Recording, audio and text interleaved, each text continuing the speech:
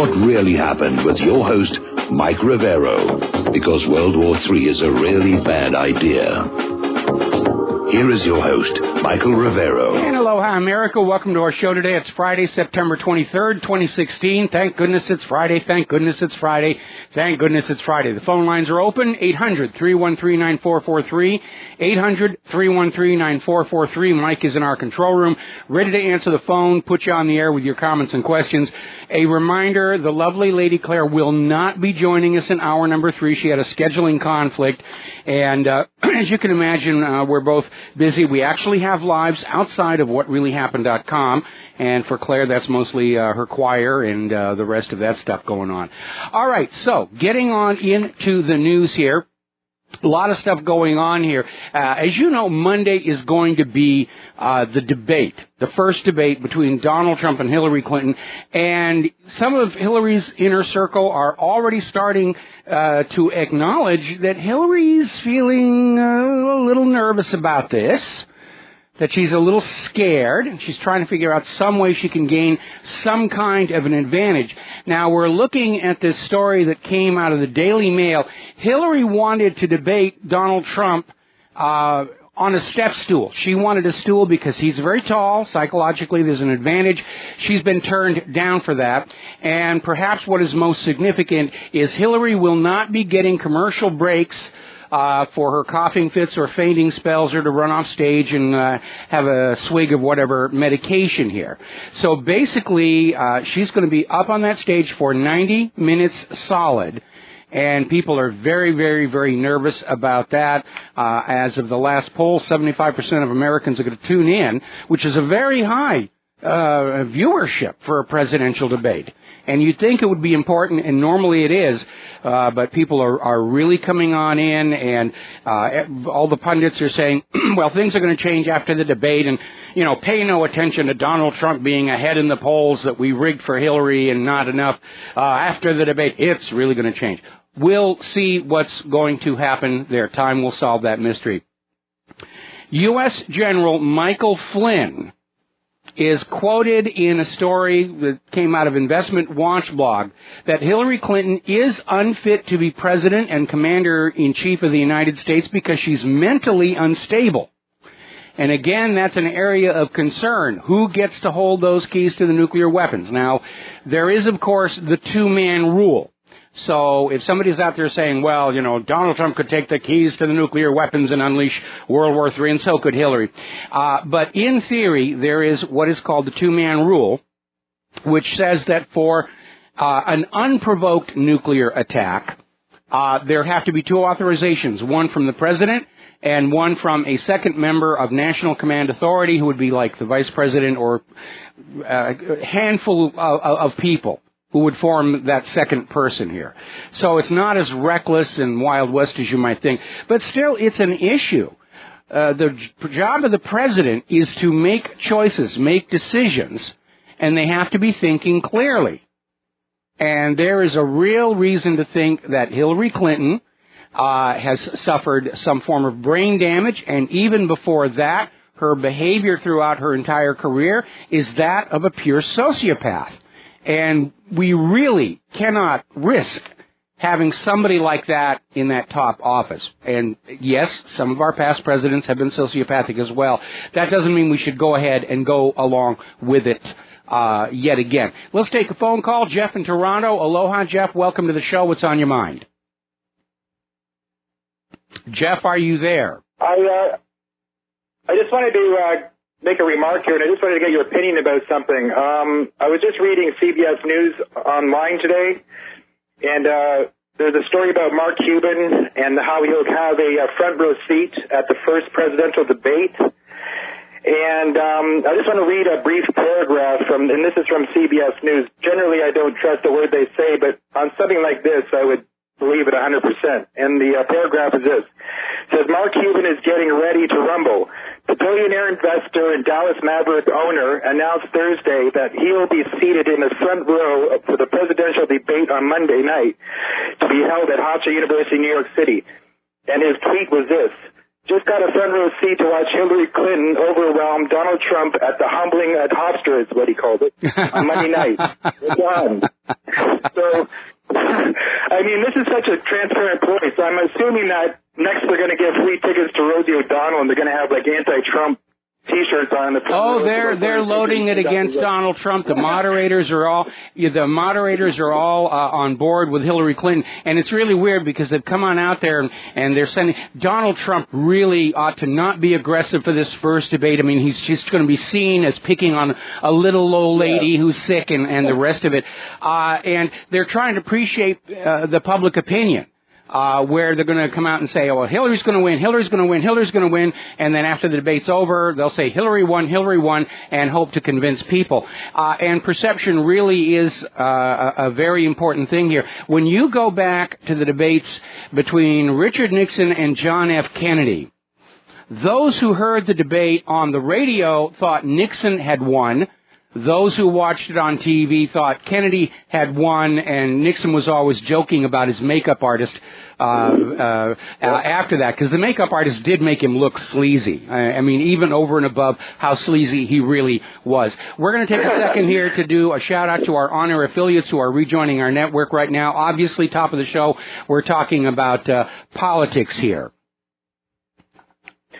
I just had one other thing to mention. I don't know if you've seen this latest ad from the former actors of the Avengers movie with Robert Downey Jr. and Don Cheadle, but it's an anti-Trump ad that they're adding.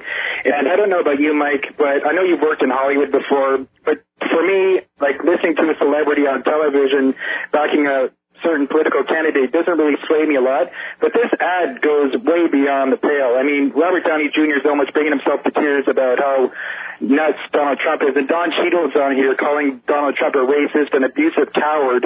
I mean, if there's anyone who's not a coward, that would be Donald Trump. I mean, he is the most courageous man that I've ever seen run for political office since President Kennedy, and that is the truth.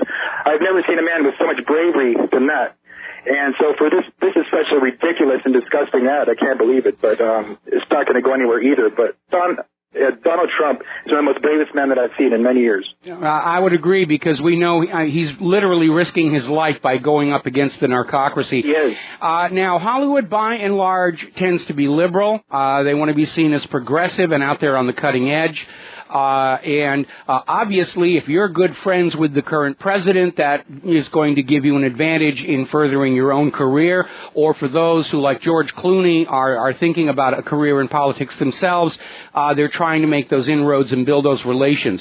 But the sad reality is that for a lot of people, a celebrity endorsement will get them to buy this perfume, that T-shirt, this car, and that politician. And unfortunately, those are weak-minded people, but that's the nature of the electorate that is swayed by celebrity endorsements.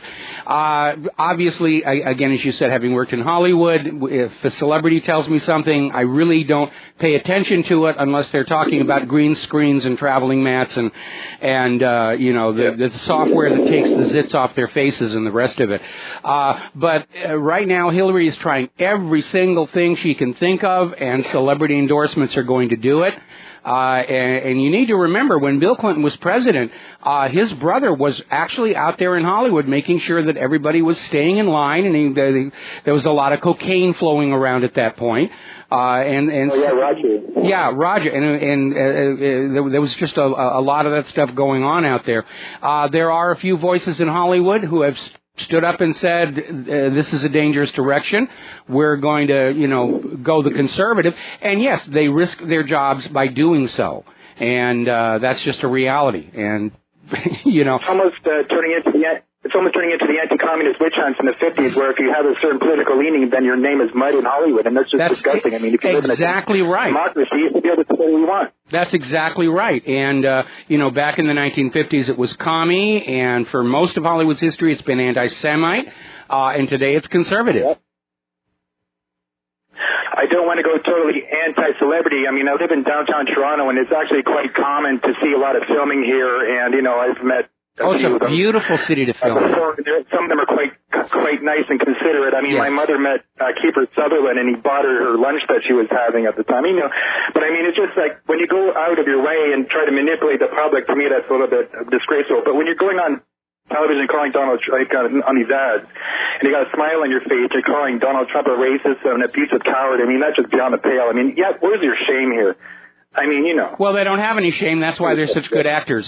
You know, but the reality is, my experience in Hollywood is everybody you meet is absolutely going to be the most wonderful human being you've ever known or a total jerk. And there's very little in between. And I don't know exactly why that is, but I knew a lot of very wonderful people in Hollywood. Renee Valente, of course, was a lifelong friend.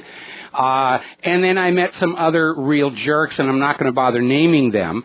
But there's something about entertainment, film, and politics that draws out the very best and the very worst in human beings. But you need to remember, Robert Downey Jr. isn't really Iron Man, and he's not really an expert on politics. So why are we listening to him? That's right. And, I mean, I know Mark Cuban has been trolling Donald Trump for the last week and a half. He's been trying to offer money for a debate. But, I mean, people have to remember, Hillary Clinton and Donald Trump are running for president and not Mr. Cuban. So I don't know if he's there. He's obviously there just to provoke a reaction at Donald Trump. So Donald Trump should just pretend he's not there. And if they bring in Rosie O'Donnell or anyone else to try to shake him, but it's like they have no respect for the fortitude that Donald Trump has. He's not even going to pay attention to these people. I mean, it's really pathetic in my opinion, but they can do whatever they want. It's actually very childish if you think about it. They're behaving like spoiled brat children. They're behaving like, when we went through high school, we always saw that little group of kids whose parents were rich and they got away with everything. And that was, those are basically the people who grow up to be in government by and large. And they are down to a state of childishness trying to deal with Trump. And they do know that he has a temper, not as bad as Hillary Clinton. And they're going to try and provoke him into losing his temper. They tried to do it with the very first debate when Megyn Kelly came out with this comment about women, and Trump made a joke, and he got the audience on his side. And I remember Megyn Kelly, you could see the steam coming out of her ears. How dare you not roll over before my female commentator personality, you. And but they're going to try that. But Trump knows that's what they're going to try. His advisors know that's what they're going to try. We know from Clinton's inner circle, she's afraid of these debates. She was trying to figure out some way she could get out of them. But now she's stuck with it. And 90 minutes standing on her feet on a stage, that's going to be a real iron test. I'm buying my popcorn, Mike. Yes. I'm buying my popcorn. I can't wait. I mean, that's why they went after Matt Lauer during the first debate, the commander-in-chief forum, because Donald Trump didn't go for and I thought Matt Lauer did a fairly good job, although I thought he was slightly biased towards Hillary Clinton. But, I mean, they went after Matt Lauer like he did something wrong the next day because he didn't really go after Donald Trump in an obviously unfair way to get a reaction from him. So I think Donald Trump is sort of like being much better advised than he was previously over the last month, and I think if he just continues on this path, I think he's going to be just fine. Yeah, he is. I mean, his changing of management was a smart thing for him to do. His former manager was trying to get Donald Trump to run his campaign in a more traditional manner, but that played right into Hillary Clinton. Donald Trump is now back to being Donald Trump, and that was always his strong suit. So, Jeff, thank you very much for the phone call. We're going to let you go. The lines are loading up, and we're going to switch to Jim in Chicago. Aloha. Yep. Welcome to the show. What's on your mind? Jim. There you go, Michael. There you are. Okay. Yeah, I'm here. Okay. Yeah, I really find it interesting that the unions and the union leaders have been very quiet when it comes to Hillary. Now, I believe that the same thing that's going to happen this time is the same thing that happened back in 1980 when most of the unions and blue-collar workers went toward Reagan. Would you agree with that? Yeah, I would, because the Democrat image was supposed to be the working man's party, standing up for ordinary Americans, but because of all of Hillary's Wall Street fundraising, people are realizing the Democrats are now the party of the 1%. And I think a lot of Americans are feeling very disenfranchised, and they've been made so many promises by Hillary and Obama and Bill Clinton that never came to pass. They are cool on it. A lot of unions are supporting Donald Trump. The country's largest police union just gave him their endorsement. Right. And the final thing, if Donald Trump does win on November 8th and November 9th is the next day, do you think the market will be crashing probably that day or days later?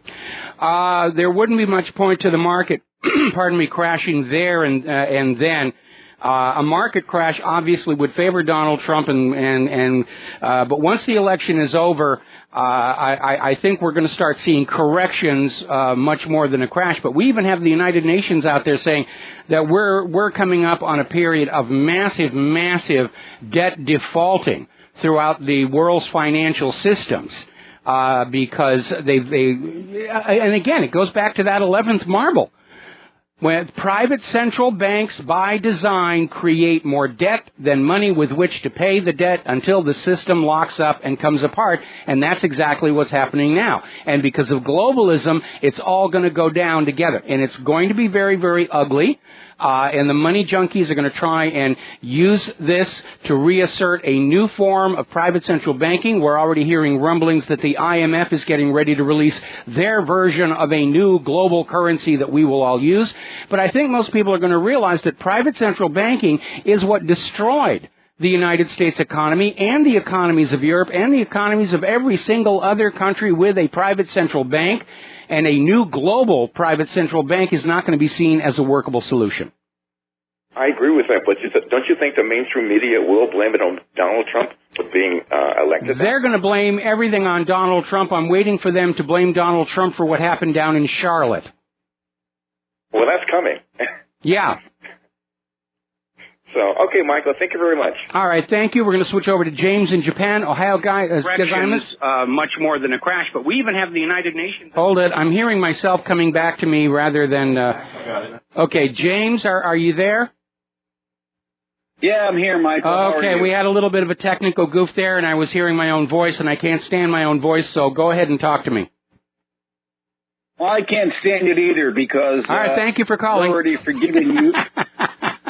I've already forgiven you for comparing Hillary to Godzilla. I never compared Hillary Clinton to Godzilla. I said Godzilla was preferable to Hillary Clinton as President of the United States of America. Okay, I'll give you a little leeway there, Maxwell. But anyway, I mean, look at it this way. Godzilla can light his own cigars. I mean, Hillary can't do that.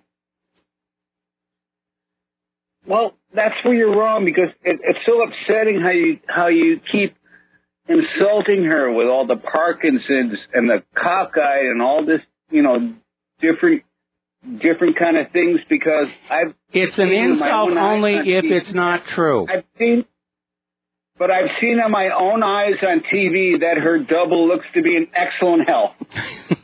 Hillary's double for president. Okay. I'm still supporting Donald Trump. I'm sorry. I'm still supporting Donald Trump.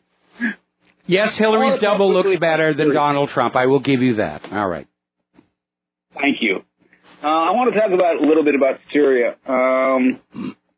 You and a lot of other people on the alternative media often talk about some kind of October surprise, and I actually I thought it was a lot of BS, but now I'm thinking it's very serious because with all the things that's going down, they're killing Syrian troops.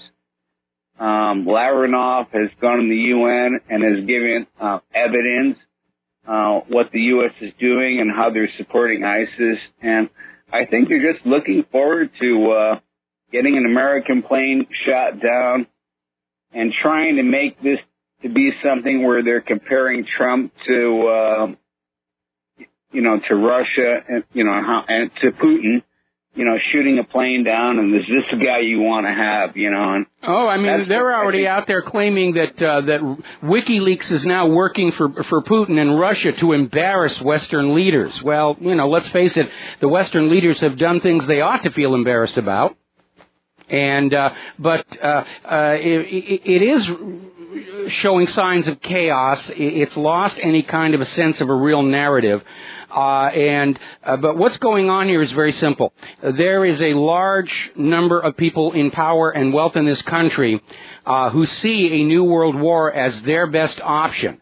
And again, they go back and they look at history. We're going to have to take a break for commercials. James, stay on the line, and I'm going to come right back to you after these words from our sponsors. Aloha, America. Welcome back to the show. We're talking with James in Japan. And what's going on here is we have a definite war agenda going on in the highest levels of the U.S. government and Wall Street because they see that as their best, indeed their only option to keep things going on.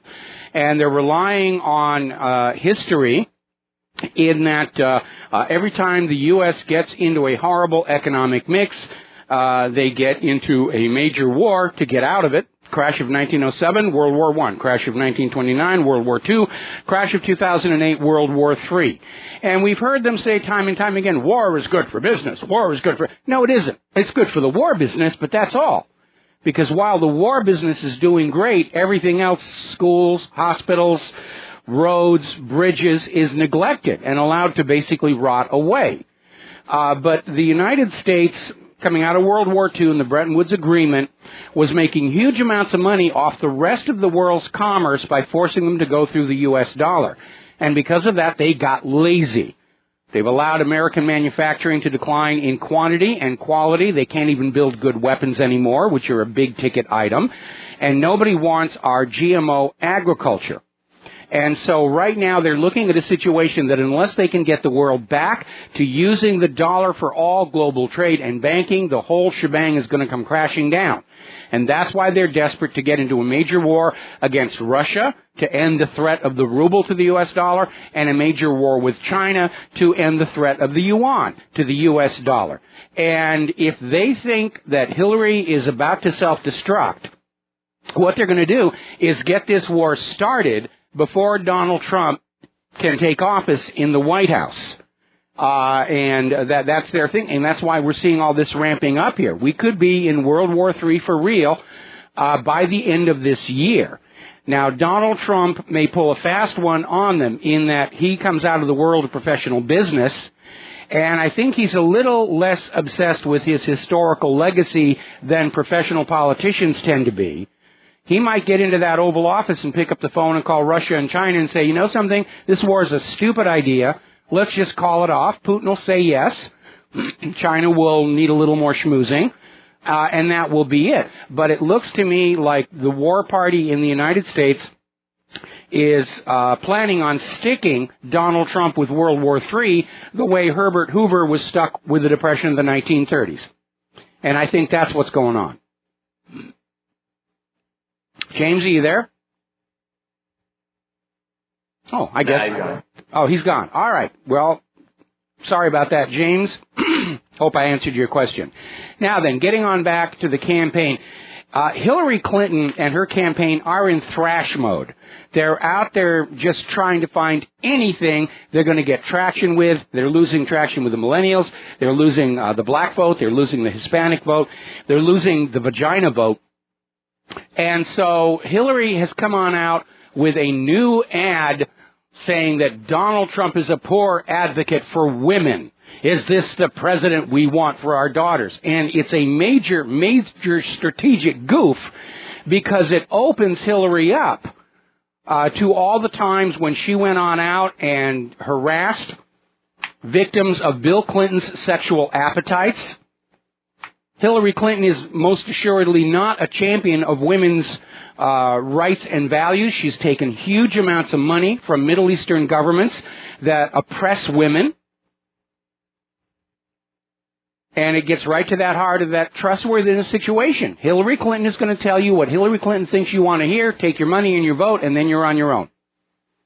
And so whoever suggested that she go back to this issue about being an advocate for women, that was a bad move.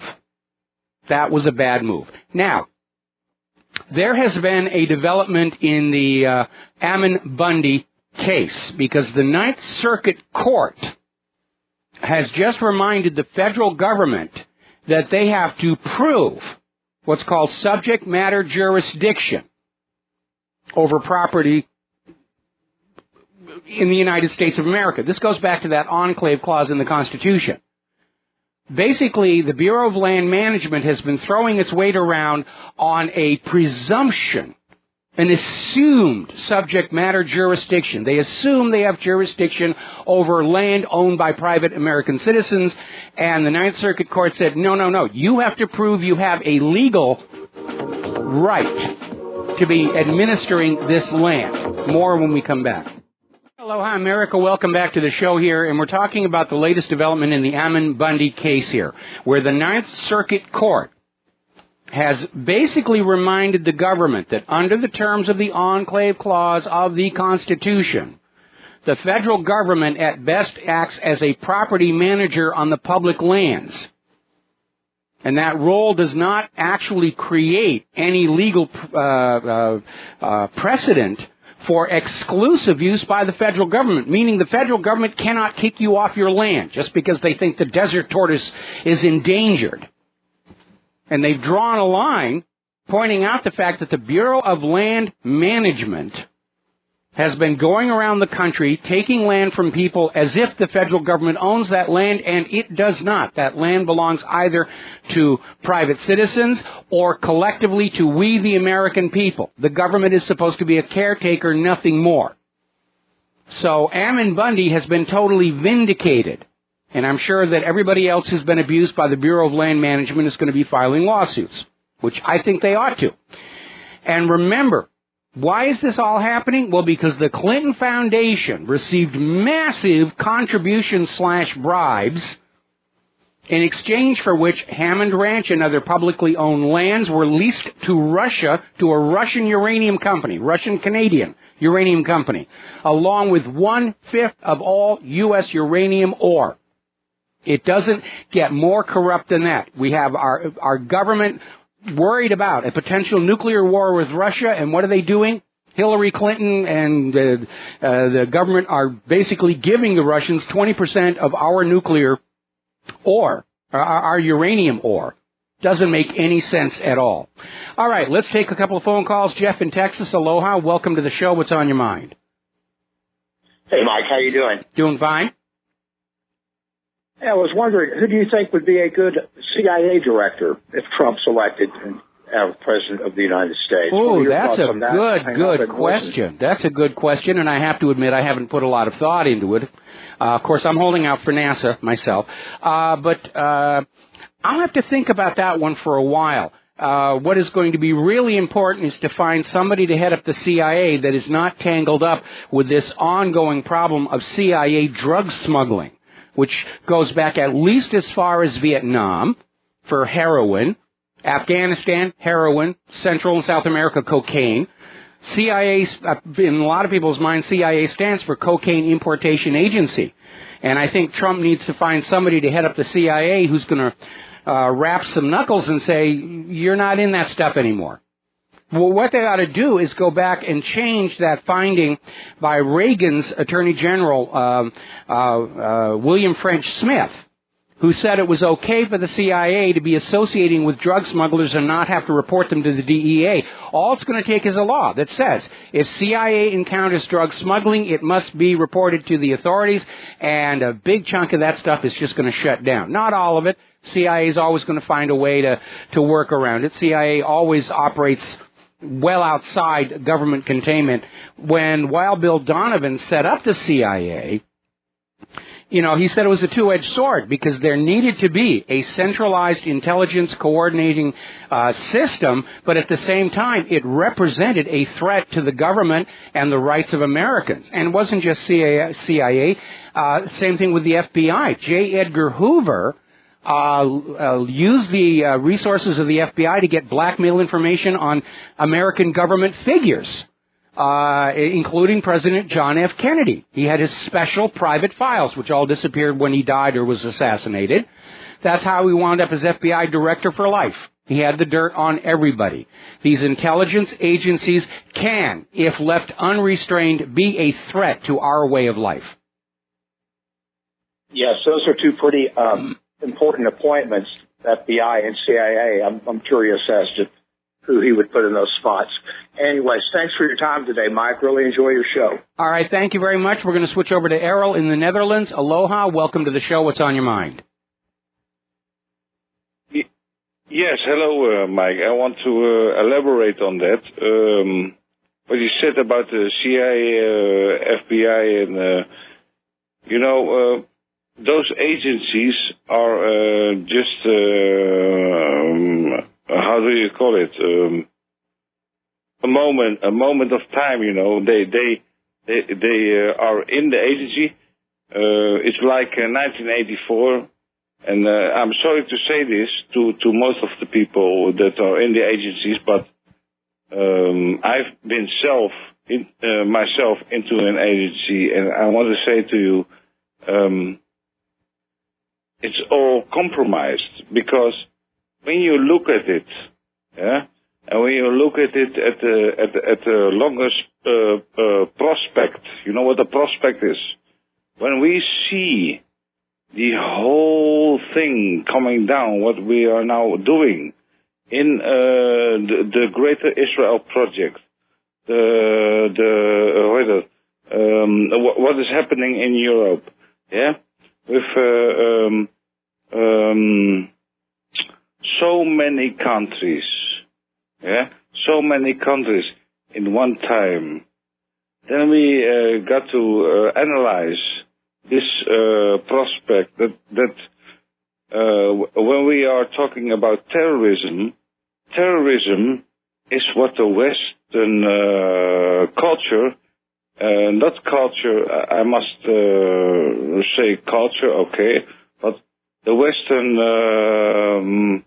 culture has created some kind of terrorism that has.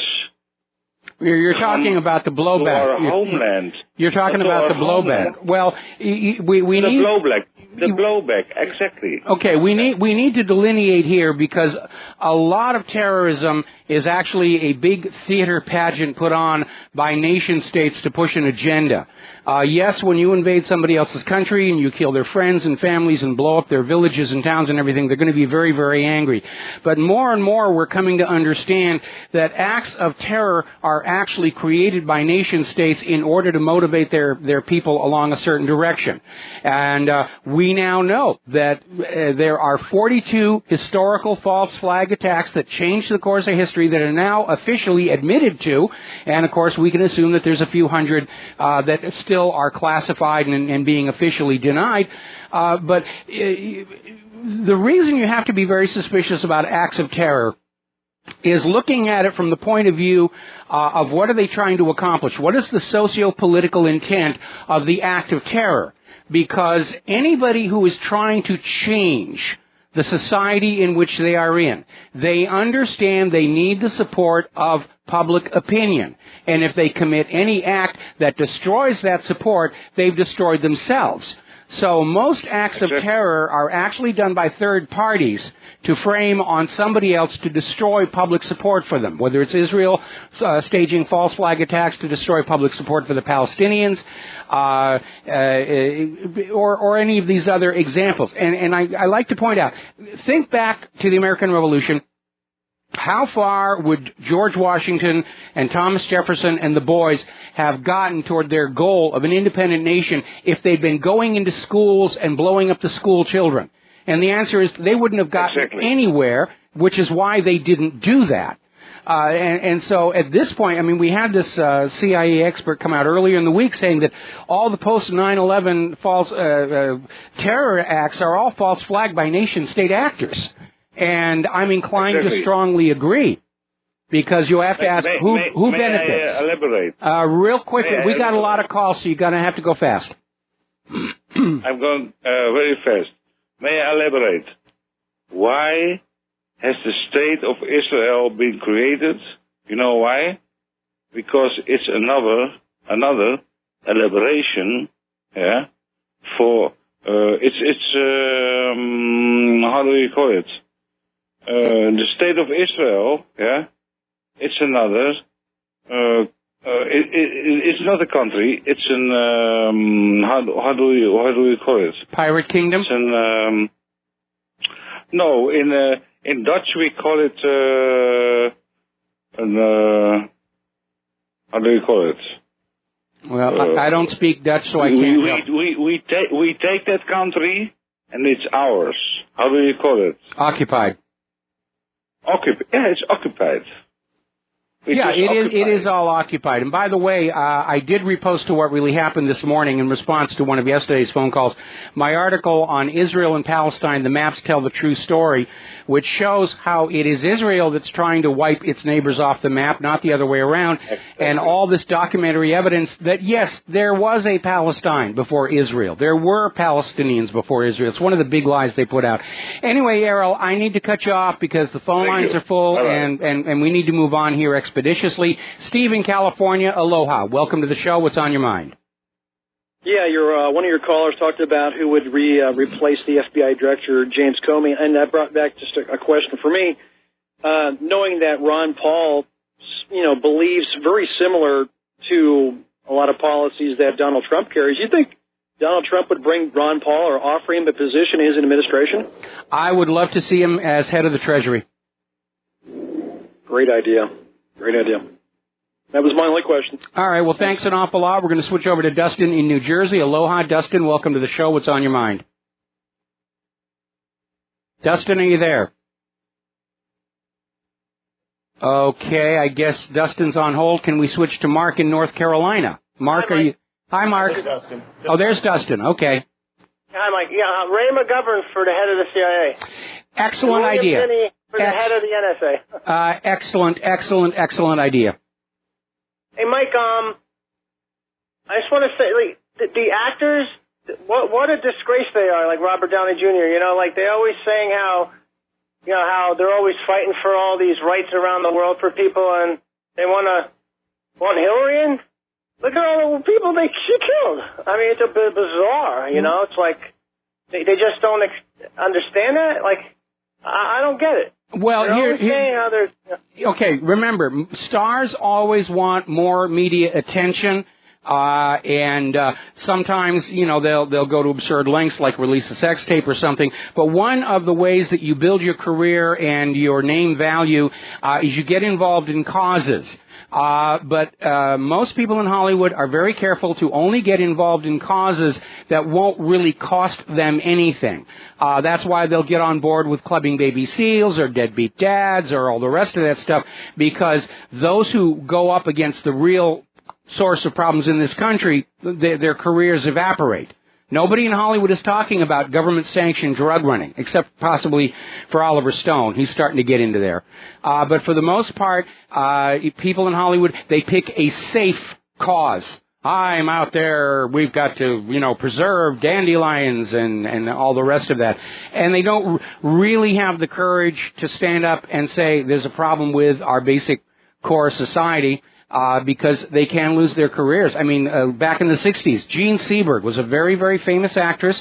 She did an amazing performance of Joan of Arc. She was in the first of the Airport movies. She was in, I think, Paint Your Wagon, which was the only movie Clint Eastwood ever sang in. Thank goodness. And hang on a second. And when Jean Seberg started getting involved, saying that the U.S. government's treatment of black people was not very good, they destroyed her career.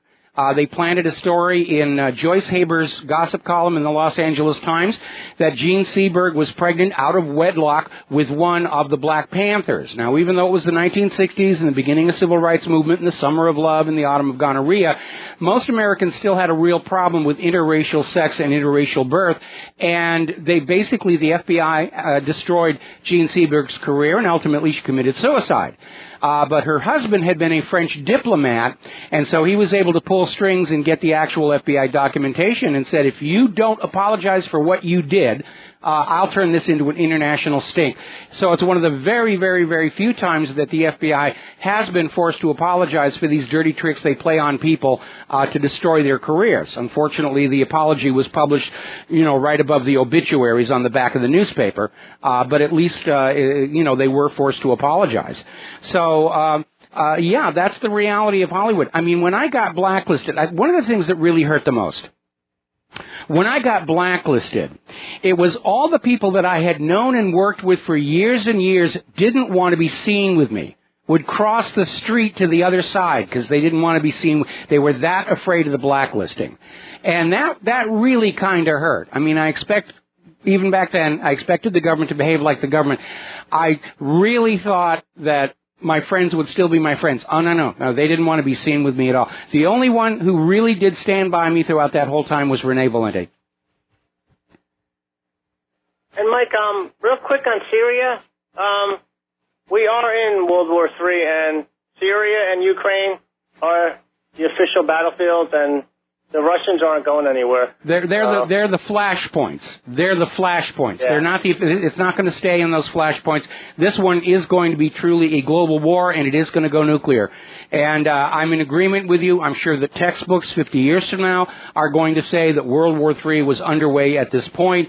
We don't have a big flashy bang like the sinking of the Lusitania or Pearl Harbor or something like that to sort of signal, and they're off, But, yeah, at this point, the U.S. has just made it very, very clear.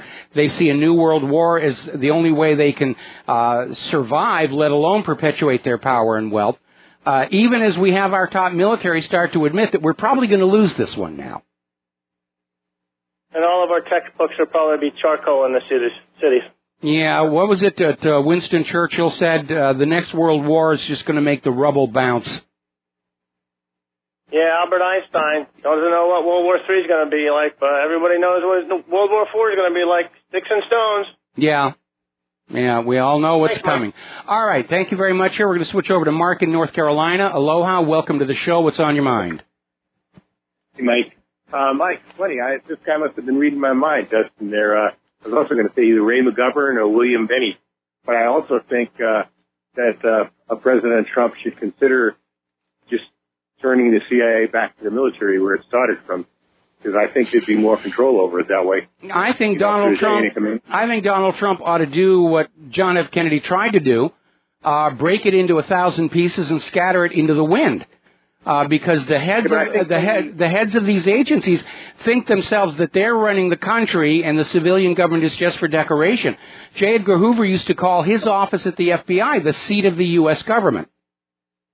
But I think JFK did want to put it back in the military, though, at the same time. I think he thought it would work better that way. It would be more controllable. Well, what John F. Kennedy did in his executive order is he returned covert military interventions back to control of the military. And that one I would generally tend to agree with. All right. Thank you very much for the phone call, Mark. We've got to take another break for commercials, and we will be right back. And aloha, America. Welcome back to the show here. People are starting to send in suggestions for Donald Trump's administration. Somebody just sent in Judge Andrew Napolitano for the Supreme Court. I agree with that one. And if you want a new head of the NSA, let's have Edward Snowden. That would be another good one, or put him in another position. Not NSA, but maybe we need to bring all these people back in. The ones who are out there trying to demonstrably doing what's best for the nation and its people. That's what we need to focus on, bringing them in. Somebody also sent me an article by Ray McGovern on Harry Truman's warning regarding the CIA. All right, let's take another phone call. Richie in Louisiana, welcome to the show. What's on your mind? Good afternoon, Mike. I want to explore with you, first of all, my extensive cynicism over the past 10 years or so by just observing what's happening to our government, our elected officials, the whole society in general. In my opinion, is crumbling and decadent and goes all the way of all empires. But I'd like your perspective on, I have to admit, I'm slightly optimistic about the potential that Donald Trump could bring to the government, but I go back to my fear that, or my general outlook of cynicism, that it seems to me that if there were people in the government that wanted to change things and fight for truth, justice, the American way, it would have been done. And, for example, with Hillary Clinton, that they get her, the reason why she's never been convicted of anything, in my opinion, of course, because I don't actually know, is that if she were to come down, the whole rotten, stinking house would come down upon her. You're absolutely right. Involved. You're absolutely right. I mean, Let me get in here because we're only 2 minutes away from the top of the hour break here. What's going on here is your cynicism is founded on the after effect of this nation being under the rule of a narcocracy going back to the mid-1980s. We're literally being run by a government that is neck deep in drug money corruption. And that's why they've been so opposed to Donald Trump. He's an outsider. When he gets into the White House and he sees what's been going on, there are going to be some major changes. The ins are going to be out, the outs are going to be in. And as Thomas Jefferson said, a little revolution every now and then is a good thing, and this one would be a peaceful revolution, which is obviously the very best kind. Well, but then you have the whole prospect of his head getting blown off in some motorcade. It's a risk. It's a risk, and I'm sure he's aware of that risk, which is why for the campaign he's had his own private security operating inside the Secret Service. Anybody who wants to change, anybody who wants to speak truth to power, we all know we're risking our lives to do it. How many dead bodies have they added to the list in the last month? 5, 6? It's just a reality. That's just part of the background. But if it's important to try and bring this nation back from the edge, then you're going to have to accept a certain degree of risk, and that's just the way it is. Anyway, Richie, thank you very much. Thank you very much, Richie. We got to take a break for our top of the hour station identification. Back with more phone calls after these few words. Aloha, America. Welcome back to our show, hour number 2. The phone lines are open, 800-313-9443. We're going to take a couple of phone calls, and then we're going to shut the phone lines down for a bit because I'm way behind on my talking points, and I got a lot of stuff I need to get out there. So, Mateus in Canada, aloha. Welcome to the show. What's on your mind? Hey, Michael, I got 5 things. One, you got it correct about those doctor's papers. You're warning us those doctor's papers about Hillary probably planted. Well, you totally called that. Yep. The other thing that you called really well was NSA. You said the NSA has too much data to be useful. And according to William Benny, who's authoritative on this, he completely agrees with you. Okay, here's a quote from Benjamin Franklin. Those who would give up essential liberty to purchase a little temporary safety deserve neither liberty nor safety. Here's a quote from Obama. I am convinced that giving up some freedom of action, binding ourselves to international rules, increases security. What a traitor. Okay, the third point is on the humorous side here. Okay, here's my prediction. Hillary will die. They'll get a body double elected using millions of dead voters. And then so we'll have a dead president elected by the dead to rule the dying empire. I like that. There's a graphic there. Yeah. And Joe Arpaio for head of border security. And by the way, Joe Arpaio is being accused of racial profiling. Well, duh. Who do you think is crawling over the Mexican border? Like, obviously you're racially profiling. Well, we're seeing this all over the place here where they're screaming racism, and that's not the issue. The issue is illegal immigration and police brutality. And we're seeing an entrenched establishment where no matter what happens, you're just being racist. I don't want the illegal immigrants crossing over the border from Mexico and leaving trash all over my land. Well, you're just being racist.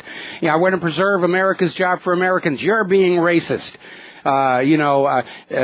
Cops shooting, it's all racism. No, it isn't. It's police brutality. Yeah, if there was an equal percentage of whites and blacks and Hispanics climbing over the Mexican border, then he would be guilty of racially profiling too many Hispanics. But if it's mostly Hispanics that are coming across the border, then it's not actually racial profiling. It's a different thing. And the last thing I just want to leave you with is here's what Obama and all these other traitors in government are swearing themselves into office with. I do solemnly swear that I will support and defend the Constitution of the United States against all enemies, foreign and domestic, that I will bear true faith and allegiance to the same, that I will take this obligation freely without any mental reservation or purpose of evasion, and that I will well and faithfully discharge the duties of office in which I am about to enter, so help me God. So they're all, that's what they're promising to do, and they spend their entire careers doing exactly the opposite. We got to weed these traitors out of office. We got to take our country back. Yes, we do. We absolutely do. Country back. I'm from Canada. I'm getting a little carried away here. Okay. Have a good weekend. All right, thanks an awful lot. We're going to switch over to Mark in Oregon. Aloha, Mark. Welcome to the show. What's on your mind? Well, how do you, Mike? Mike, what I understand from Alex Jones, who's getting information directly from the Secret Service, which I believe, is that Hillary Clinton can't really even stand up without falling down every 30 to 60 minutes. Sometimes sooner, sometimes a little later, but what I gather, at least once an hour. You have the body doubles have already been used on at least one or two occasions here since 9/11 when she collapsed, basically. Well, they may have been used even before that, but we weren't paying attention because they're used when Hillary is just seen from a distance. But obviously, this idea that she may have trouble standing for 90 minutes straight at the debate, that's an issue. And I'm sure they're going to shoot her up with whatever drugs they feel is going to be necessary to keep her standing behind that podium. But if she were to collapse on that stage Monday night, it's over. It's just end of story. It's over. I don't know if they've got anything that they can use to stop her from collapsing, Mike. This has been deteriorating as a condition over quite a long period of time. You know, it was a good number of years ago that I think it was 10 years is what Alex quoted, that she was seeking out Parkinson's medication on the Internet. Mm-hmm. That came through in one of the email releases. Of course, you know, I guess, Mike, by the way, that one of the latest alleviations for the symptoms of Parkinson's is actually fetal tissue. And it takes something like 15 or 20 babies to actually put together enough for one person to be able to take for some time who has Parkinson's. It's supposed to give some relief, I guess, but, you know, perhaps she's into that also. Who knows? Well, I don't know. Maybe the reason she's wearing all those really baggy clothing is they've got an exoskeleton strapped to her body to hold her up. Oh, look, anything that's going to work. I mean, the whole New World Order agenda timing of the implementation overall globally and all of its facets, I believe, depends on this one election right here. Well, certainly it does. I mean, the narcocracy is seeing the end of its reign of power if Trump succeeds in taking the White House. I'll tell you this, between now and the end of January, it's going to be an historic time. We need to take a moment to do a shout-out to our on-air affiliates who are just now rejoining the network. We're still talking about politics. It's obviously dominating our discussions. We are going to get into the war zones and the economy and the rest of the stuff here. Stay tuned, so we're not going to ignore those issues. Anything else, Mark? Mike, what happens in this scenario, which seems really probable at this time, if it's a body double that they get away with overall in the debate, and they go through that, and at the same time, the polls, they've cozied the supposed polls up really close, and they're probably, you know, 50, 60, 70% off as to who favors Donald Trump and who favors Hillary Clinton, with Donald Trump getting the lion's share by far. He's at 98% over here on our on the polls we run here. There is no way they can get away with a body double for the debate. Period. End of discussion. As Davey Kidd pointed out the other day, this body double they used on 9/11 for the afternoon, the voice is way too different. And now everybody is aware that there are Hillary doubles out there. They're going to be looking for it. Monday, that's going to have to be the real Hillary up there, and you know, I can understand why her people are very, very nervous. I mean, if she shows any kind of a stumble or whatever, I would expect that if it looks like she's going to have a medical episode, that all of a sudden the network feed will drop out, and you know, please stand by, we're having technical issues, blah blah blah blah blah. So, Mike, just to finish up real quick, I know you've got other important news to get to. What do you see as Donald Trump's chances, with everything you know, that they have at their disposal to defeat him one way and another? What do you see his chances at right now as we speak today? Could you put a ballpark figure on it of winning the presidency?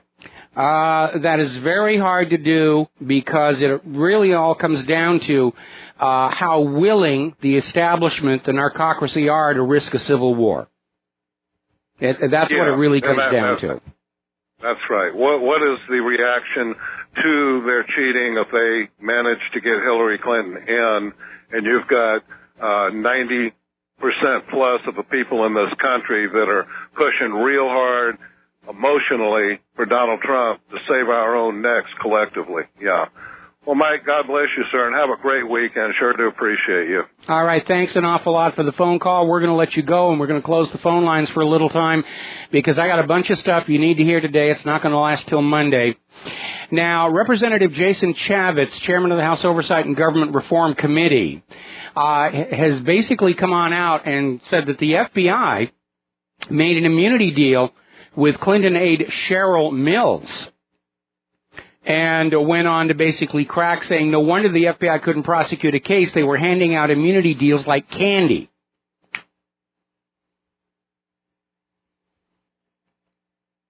Now, certainly Hillary Clinton herself did not get an immunity deal. And those who did, the reason for an immunity deal is to take away that Fifth Amendment option when they're being asked questions. You can invoke your Fifth Amendment right against self-incrimination, but if you have an immunity deal, it doesn't apply anymore. And if you still refuse to answer, you can go to jail on contempt of court. Now, a lot of people are talking about Hillary Clinton's former email chief, Brian Pagliano, who does have an immunity deal, and who refused to show up in response to a congressional subpoena. So he could be, he's already been voted in contempt of Congress, and I'm not sure how much enforcement authority Congress has, whether they could grab the guy and lock him up. There is a marshal in the Congress that can go on out and do things like this. But I'm starting to wonder, has anybody actually seen Brian Pagliano alive for the last week or 2 weeks? Now, I'm sure the last thing Hillary Clinton needs right now is another dead body under suspicious circumstances, but that doesn't rule out making somebody vanish completely, block of cement at the bottom of the Atlantic Ocean. But I did a Google search. I can't find anything that confirms Brian Pagliano is still among the living at this point. Now, the State Department has revealed that the FBI uncovered 2,800 work-related emails Clinton never turned over to investigators. The State Department is also saying that we might have 300 of them maybe available before the election. They're stalling. They're stalling out there. The State Department person actually came out and said, well, we can't release these. It would unfairly prejudice the voters against Hillary Clinton. It's almost like they're not even trying to hide the corruption anymore. And the corruption is piling up. Hillary Clinton gave State Department jobs to 194 donors to the Clinton Foundation. Her aide is ignoring a congressional subpoena, and she's standing up there and saying, why am I not 50 points ahead? And Donald Trump has the answer, because you're terrible. Now, every time Donald Trump is alleged to have said something shocking, it goes all over Twitter. Oh, my goodness, Donald Trump, he said something offensive. He's made the illegal immigrants feel bad.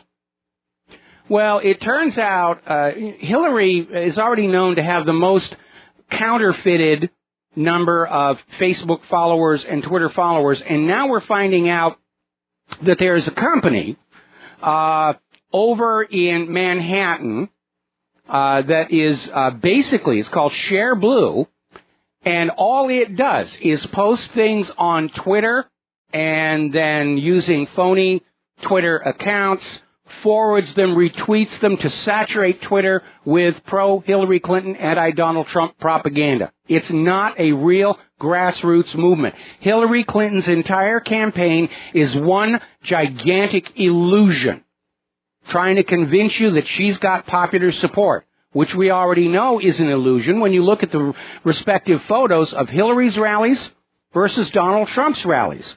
Donald Trump is selling out sports arenas. Hillary can't even fill school classrooms. And still they're claiming she's neck and neck in the polls, and maybe that's because the dead can vote, but they can't actually show up at those rallies. Now, a federal judge has just ruled that states can enact laws to limit voter fraud by requiring voters to show identification at the polls. Now, as you know, the Hillary campaign, the League of Women Voters, the Obama administration have been going across the country trying to strike down voter ID laws. And for a while they were saying it disadvantages the poor, it disadvantages, and it fell apart. Everybody has an ID. If you're a legal citizen in this country, getting an ID is very, very very easy, rather. And now their argument is that states that require somebody to show an ID to vote, it's putting an extra burden on the people who want to vote. All right, let's see. Starting the timer right now. And there's my ID. Total burden on me, 6 seconds. That's how ridiculous this is. They're trying to open up the election to illegal immigrants and refugees to vote.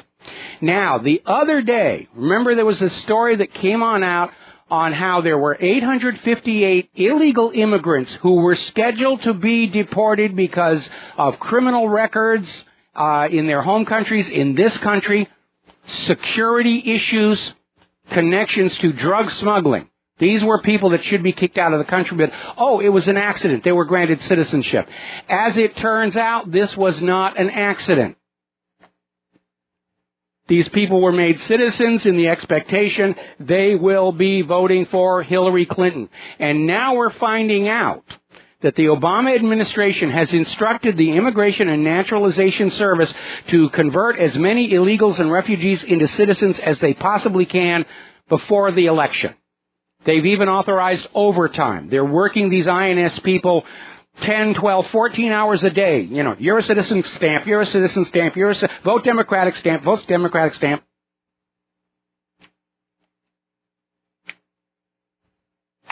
They're literally bartering our nation away to illegal immigrants and refugees in exchange for their votes. And I find this appalling. Because just like that Ninth Circuit Court ruling pointed out, the government doesn't own this country. We, the people, own this country. We built it. Generation after generation after generation. And each generation worked to make this nation better for the express purpose of leaving it as our legacy to the next generation of Americans. And the Obama administration and the Hillary Clinton campaign are literally taking something that doesn't belong to them and bartering it to these illegal immigrants and refugees in exchange for their votes. Now, over in Russia, they have started a major crackdown on election fraud. Long overdue. Apparently, Russia's Central Electoral Commission nullified the results of 9 polling districts because the total ballots cast outnumbered actual voters. And so they nullified it and said, we're going to start cleaning up our elections. They've appointed a new electoral commission to organize the cleanest election in Russia's history. We need that here. Our elections are an absolute joke. There are still lawsuits all over the place over the fraud that took place during the Democratic primary. They're all being pushed until after the election. I'm sure we could wind up, if Hillary steals the White House, we could wind up with a constitutional crisis over whether a president can pardon herself for stealing the presidency. That's how absurd it is. Now, as I mentioned to one of the callers before, America's largest police union has just endorsed Donald Trump. He's picking up all these endorsements. Now, Professor Alan Lichtman is a political expert. He's a professor, and he has been studying elections, and he has correctly picked the winner of every presidential election for the last 30 years. And he's saying Donald Trump is going to win this one. Now, Lichtman may not be taking into account the massive election fraud or the possibility of assassination. Certainly, we're all aware, in a nation with an honest election system, Donald Trump would be winning in a landslide. But when you have a crooked government, of course you're going to have crooked elections, and that's exactly where we are. Now, Andrew Stein, who is a lifelong Democrat office holder, wrote an op-ed in the Wall Street Journal, basically saying there comes a point when party loyalty is asking too much. And we have this lifelong establishment Democrat who's held office himself saying that he's going to support Donald Trump, and he's urging Democratic voters to support Donald Trump. The Trumpocrats, the march of the Trumpocrats, here we come. Okay, now, as I mentioned before, actually, we're going to take a break for commercials. We'll be right back.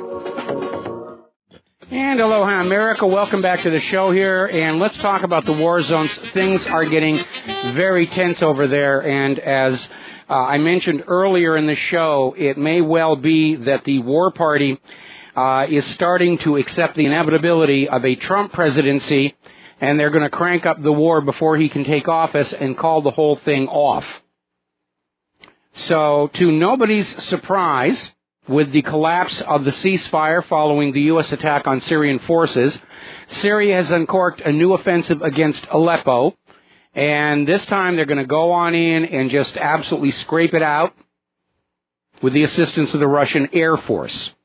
Now, Russia's Foreign Minister Sergei Lavrov at the UN basically came on out, and I guess his attitude is, we're not going to go along with this nonsense anymore. All of these U.S.-backed ceasefires were bogus. The U.S. never complied with them. The U.S. used them to reinforce and resupply ISIS and Al-Qaeda and al-Nusra and whatever they're calling themselves this week. And that's just what's been going on over there. And he says, from this point on, we will not tolerate any more U.S. unilateral measures.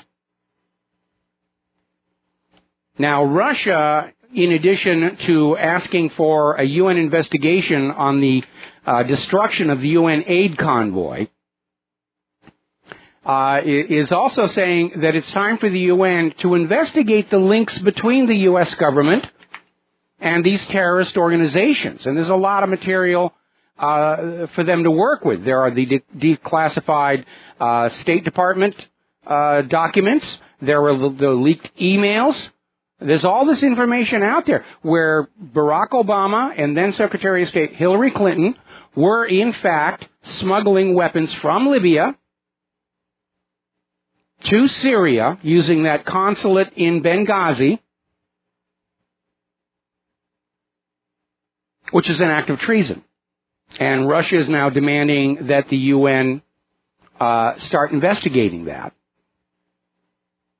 Now, here's a little interesting article. This came out of Russia Today. They're talking about the people at the UN and the analysis, and everybody there knows that this idea that the U.S. is only in Syria to attack ISIS and Al-Qaeda, it's nonsense. And they're openly saying that the U.S. priority in Syria right now is to save Aleppo from falling to pro-Assad forces. Because apparently the agenda now is no longer a new puppet ruler in Syria, but to break Syria into little tiny pieces, to balkanize it. And let me do that. Now, Secretary of State John Kerry up at the United Nations, and you have to admire this guy's chutzpah. He's demanding a no-fly zone over Syria. That won't apply, of course, to the United States. Syrian planes will not be allowed to fly over their own country. Russia's planes will not be allowed to fly over Syria, even though they are there at the invitation of the Syrian government. So along with Hillary Clinton, I think it's time to have Kerry's brain tested. Ashton Carter is out there acknowledging that trying to enforce a new U.S. no-fly zone over Syria will mean war with Syria and Russia. That's going to be their thing. We have a right to tell you not to fly your warplanes over your own territory, and if you refuse, that is an act of war, and we're allowed to attack.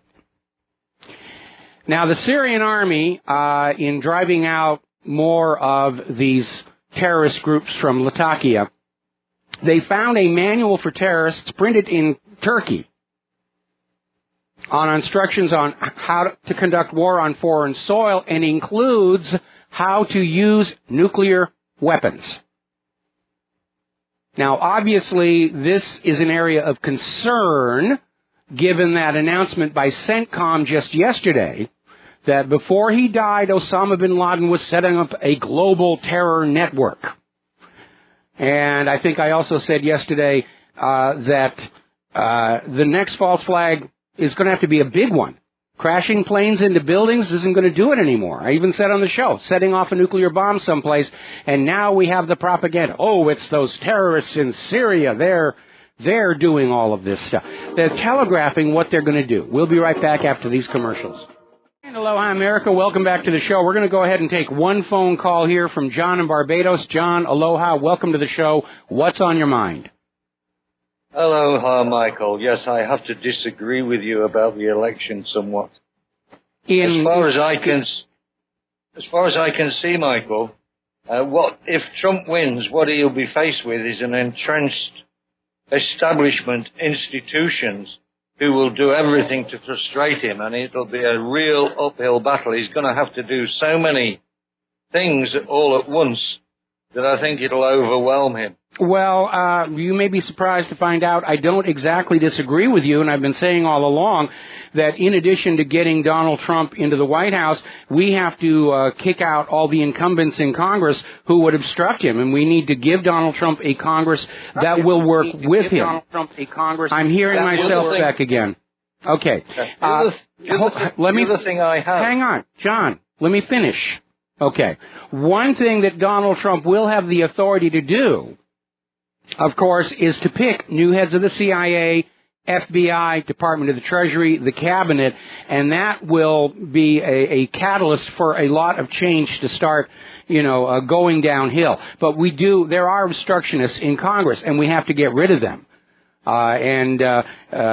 So I realize he's got an uphill battle. But I think he can do it if we all help him do it. And what that means is our commitment to restoration of the nation does not end on November 8th. Well, I think on November 9th, he should establish a policy of removing the charter for the Federal Reserve immediately. That's the first thing he should do. Well, he can lobby for that, but ultimately removal of the charter is ultimately going to be up to the Congress. And, Trump is going to have to proceed very, very carefully. Change needs to be made, but at the same time, you don't want to precipitate something that would collapse the entire system. And I think what Trump would be better off doing is what Putin did. Not try and completely shut the Federal Reserve down, because that's now the only source of currency in our economy, but simply exert more government control over it so that public currency is managed as a public utility. As far as Hillary goes now, I think her policy is a talk and a nonsense. It's so divisive. Yes. That the unity of purpose of the U.S. People will promote civil unrest. It's going to be a terrible situation in the U.S. if Hillary wins. I mean, if she steals this election, and we know she's going to try. Yeah, we're already seeing all the signs there. Yeah, the problem is we could have somebody in the White House who is delusional, having, hallucinations, not thinking clearly, and could take an already delicate situation and make it far, far worse. Now, I want to just make a few points about the wars. I think we're missing the point. Everybody now is concentrating on Syria, but the progress by the Iraqi army towards Mosul is now building apace. And I think the Pentagon is asking for 500 more troops so they can delay it further. But Yeah, and the Iraqis don't want them there. Last December, the U.S. bombed Iraqi troops who were giving ISIS a hard time, and back then they said, oops, our bad. It was a mistake, really just a simple mistake. When we bombed the Doctors Without Borders hospitals, that's just a mistake, and when we bombed the Syrian forces, that was just a mistake. We make a lot of mistakes. We're a stupid government, which is why we expect you to vote us back in November. The other thing of note is that it appears, according to the Iraqi military and, of course, the Syrian military, Turkey is a problem in both areas, both in Latakia and Aleppo provinces and around Mosul, with the Turkish military there with their tanks and planes and things. So it looks like that something is going to happen. Maybe we will see a few Turks knocked over by the Iraqis and Syrians, and then we're up and running with a war against Russia and these other nations, because Turkey is still a NATO member. Well, Turkey may still be a NATO member, but Erdogan himself has become a wild card ever since that botched coup attempt, which he's convinced was the U.S., and I concur that there's reason to think that was. He's a loose cannon on the deck. He's purging his own society, primarily of pro-Western people. We could see Turkey drop out of NATO, and they're not the only country talking about getting out of NATO before World War III really starts. Well, I think, there are European countries that are already talking about building their own army, getting out of NATO. And Israel's trying to get into NATO so that when they start a war with Iran, NATO will be forced to come in on Israel's side. Well, yes, I think that's another complication that people aren't considering, because what I've been reading about Iran is now they have quite an arsenal of quite sophisticated missiles and missile technology, and it may be very difficult. They'll have to go nuclear, I think, if Israel wants to go after Iran, and I think that will create even more problems. Well, who's going to go nuclear? Iran does not have nuclear weapons. Israel does. No, Israel go nuclear. They're going to have to if they want to beat Iran. Yes. There's only, 5 or 6 million Jews in Israel? Yes. They just simply don't. They have more weapons than they do men. Yes.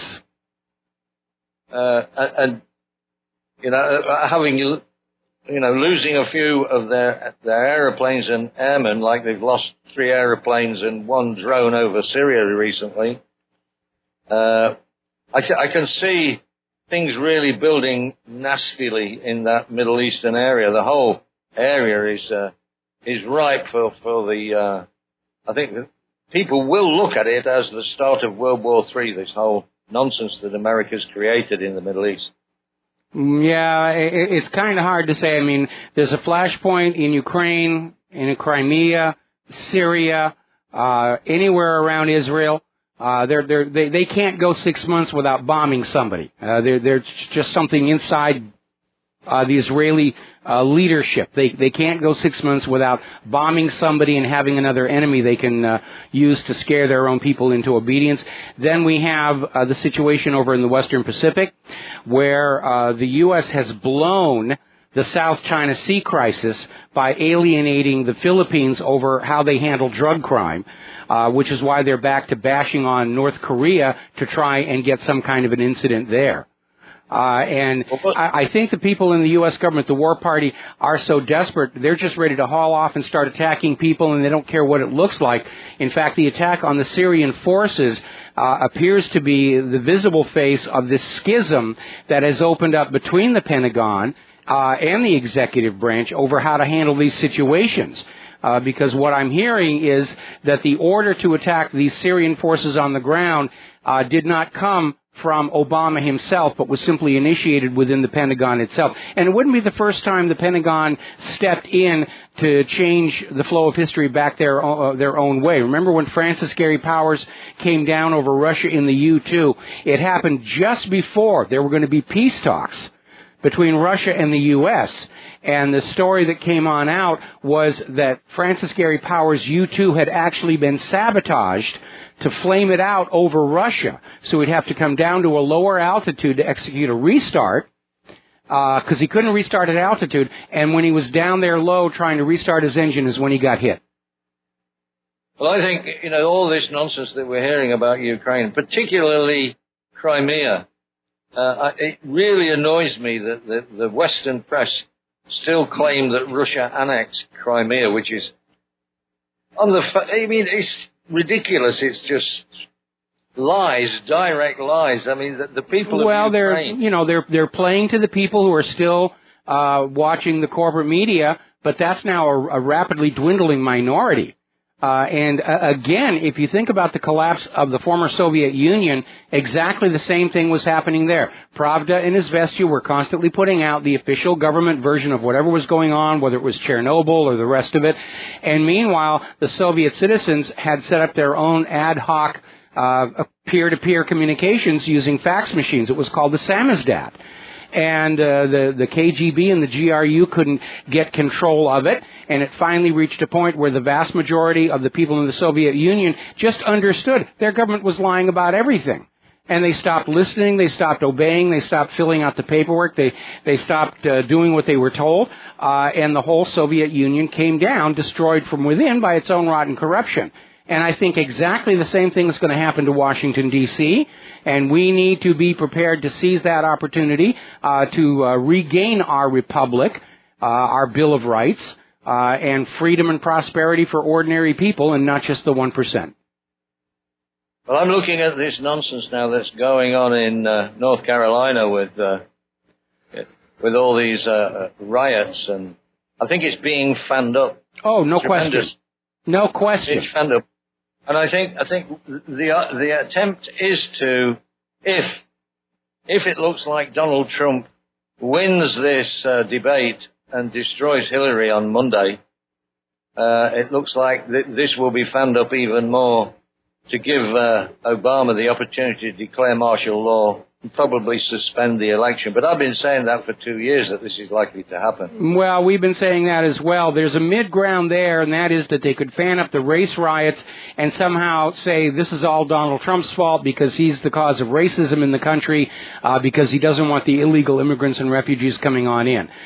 So that could be the middle ground situation, that they're hoping race riots will somehow help Hillary Clinton's campaign. That's certainly what we're hearing from the people around George Soros right now. I think George Soros is one of those that should be arrested yesterday. I agree. He's creating so much trouble within and without the U.S. Yeah, and I think George Soros has become the poster child for socialism by demonstrating what individuals with way too much money are able to do in terms of chaos and mischief. George Soros is not an elected ruler of any country or any people, but he's still out here treating us like we're all his personal toys. And there's a lot of super rich people, like the Gates, have that same attitude, this idea that having huge amounts of money gives them the right to treat the world and its people like playthings here. Anyway, John, we're going to let you go. We're running out of time, and I got a lot of stuff to cover. We're going to close the phone lines down again until probably sometime in hour number 3. Now, Britain is increasing aid to Yemen to look good, like, oh, these poor suffering people in Yemen, but at the same time, they're still continuing to sell arms to the Saudis, who use those arms to bomb Yemen. And it's reached just this position of complete absurdity and cross purposes. The death toll in Yemen is now so high, the Red Cross is sending in portable morgues to the hospitals to deal with all of this. And this is all because the people of Yemen did not want to live under U.S. puppet rule. That's what this is all about. The U.S. government's throwing a tantrum. Once we regime change you, you stay regime changed. That's the way you're supposed to work. So, now getting on down to Israel, interesting little article out of the original antiwar.com about how the U.S. rewards Israel's bad behavior. And it's absolutely true. No matter what war crimes or humanitarian disasters Israel's government carries out, the U.S. government continues to take money from you and give it to Israel. The latest deal for $38 billion with a B. This despite Colin Powell's own emails confirming, once again, Israel is a nuclear-armed state. And I would like to remind you all that under United States law, specifically the Symington Amendment to the Foreign Appropriations Act and the Glenn Act, it is illegal for the U.S. government to give your money to any nation that is in possession of nuclear weapons technology, that refuses to sign the Non-Proliferation Treaty, and refuses IAEA inspections. Israel will not sign the Nuclear Non-Proliferation Treaty. Israel refuses IAEA inspections. They've only ever allowed one inspection of Dimona, and they hid the elevators that went down underground to the bomb factory behind a fake wall. They have TV shows in Israel telling the Israelis about the bomb factory under Dimona. But you're not supposed to know about it because you might get upset over the fact that Israel, which is a fairly well-off, wealthy nation, continues to suck wealth out of your pocket at a time when we cannot afford it. And they are not helpless victims at risk of annihilation by their neighbors. Colin Powell said that Israel had at least 200 nuclear weapons. Other estimates have gone as high as 600. We know that those Dolphin-class diesel-electric submarines that Germany has been forced to give Israel are capable of launching nuclear-tipped cruise missiles. Israel is a nuclear power. They don't need our money. They just want our money. And for every member of Congress who is Israel's loyal servant, oh, yes, let's take more money away from the struggling American people and give it to Israel. Remember Lindsey Graham last week, $38 billion deal. That's not enough. We have to give them even more. We don't care if Americans are starving in the streets. They don't matter. Only Israel matters, according to people like Lindsey Graham. Now, I have a somewhat different point of view. If there is just one American sleeping in an alley or eating out of trash cans, the government has no business sending a single penny of our money to any other country on planet Earth. That's my point of view on this. We have to take care of our country first, not strip mine it for the benefit of a foreign power. It's one of the reasons why I support Donald Trump. He wants to focus on making our country better, not just looting it and plundering it to give to their buddies over there in Israel. Now, Israel has opened a mission at the NATO headquarters up in Brussels. Like I was mentioning before, Israel wants to join with NATO so that when Israel starts a war with Iran, the other NATO nations will be obligated to come in to make war against Iran on Israel's behalf. Israel already has a treaty with the United States that says the United States will fight on Israel's side in any war, even if Israel starts that war. So, if Israel starts a war, kiss your sons and daughters goodbye because they're going to be thrown into the meat grinder. For Tel Aviv, only for Tel Aviv. All our money, all our children must be sacrificed to Tel Aviv. All right, we're going to take another break here. We'll be back in just a few minutes. And aloha, America. Welcome back to our show. Now, I have been saying all along that one of my major concerns about getting into a new world war is that the United States is ill-equipped to prevail in a conventional war against Russia and or China, which means that our leadership, being very loose with that term, would be strongly motivated to turn those little brass keys in the missile silos and carry on out a first nuclear strike against the enemies. Now we are hearing that hawks in the House Armed Services Committee are saying exactly the same thing I've been saying. The U.S. military is unready to fight a major war with either Russia or China. And it is saying that the Pentagon is in need of an additional $1 trillion over the next 10 years to bring them up to the same level as Russia and China. Well, this war is going to be over and done with by 10 years. And this seems like a really good time to ask what happened to that other $6 trillion that the Pentagon can't find. been a huge, huge problem. Remember on September 10th, 2001, Donald Rumsfeld got up there and acknowledged that the Pentagon had misplaced $3.5 trillion of your taxpayer dollars.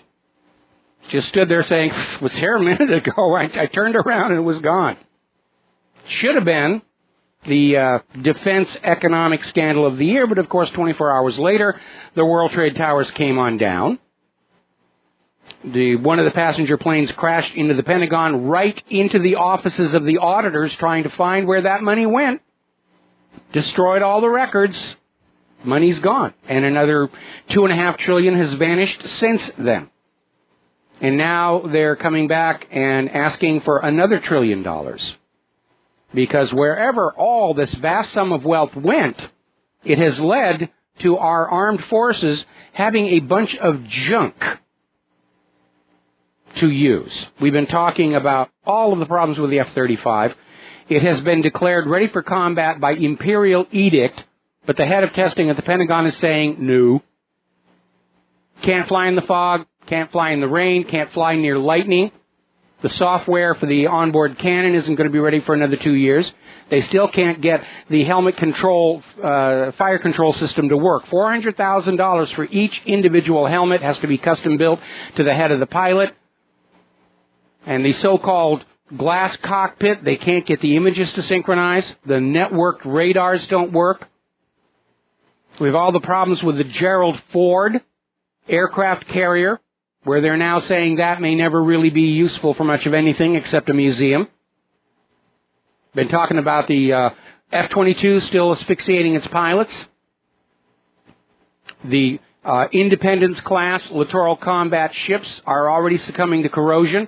The Freedom-class littoral combat ships, and now the U.S. latest destroyer, the Zumwalt, just broke down 3 weeks before its official commissioning ceremony. Dead in the water, had to be towed back to Norfolk. We'll be right back after station identification. Aloha, America. Welcome back to our show, hour number 3, the phone line. Well, we're going to go ahead and open up the phone lines, 800-313-9443. And again, just to finish up on where we were going into the station identification, the latest embarrassment for the U.S. military, despite trillions and trillions of your tax dollars vanishing into the Pentagon, is the new warship, the stealth warship, the USS Zumwalt, the one that has the odd upside-down hull that everybody says is going to make it unstable in rough seas. Well, it was out there on its sea trials, and it broke down. Apparently, the auxiliary lube oil system from one of the main propeller shafts suffered a seawater leak. And I suspect, they're not saying it, but I would suspect that that indicates that the main seal on the propeller shaft itself also failed. And they're saying it'll take about 2 weeks to repair at Norfolk. But that's basically a problem. Those war hawks in Congress are right. I was right. Our military is not ready to take on a full-on frontal battle with another major world power, whether it's Russia or China. And here's what makes it so sick. We spend so much money on the military, and we don't get our bang for the bucks. It's a racket. It's a scam. They take huge amounts of money away from you. Most of the tax revenues collected in this country, one way or the other, wind up in the military to build bombs and bases, and for all the military officers to have all kinds of little shiny things all over their outfit. They look like a marching band that's lost its instruments, except when they're standing in front of a nuclear weapon. Huge amounts of money, and when push comes to shove, the stuff doesn't work very well.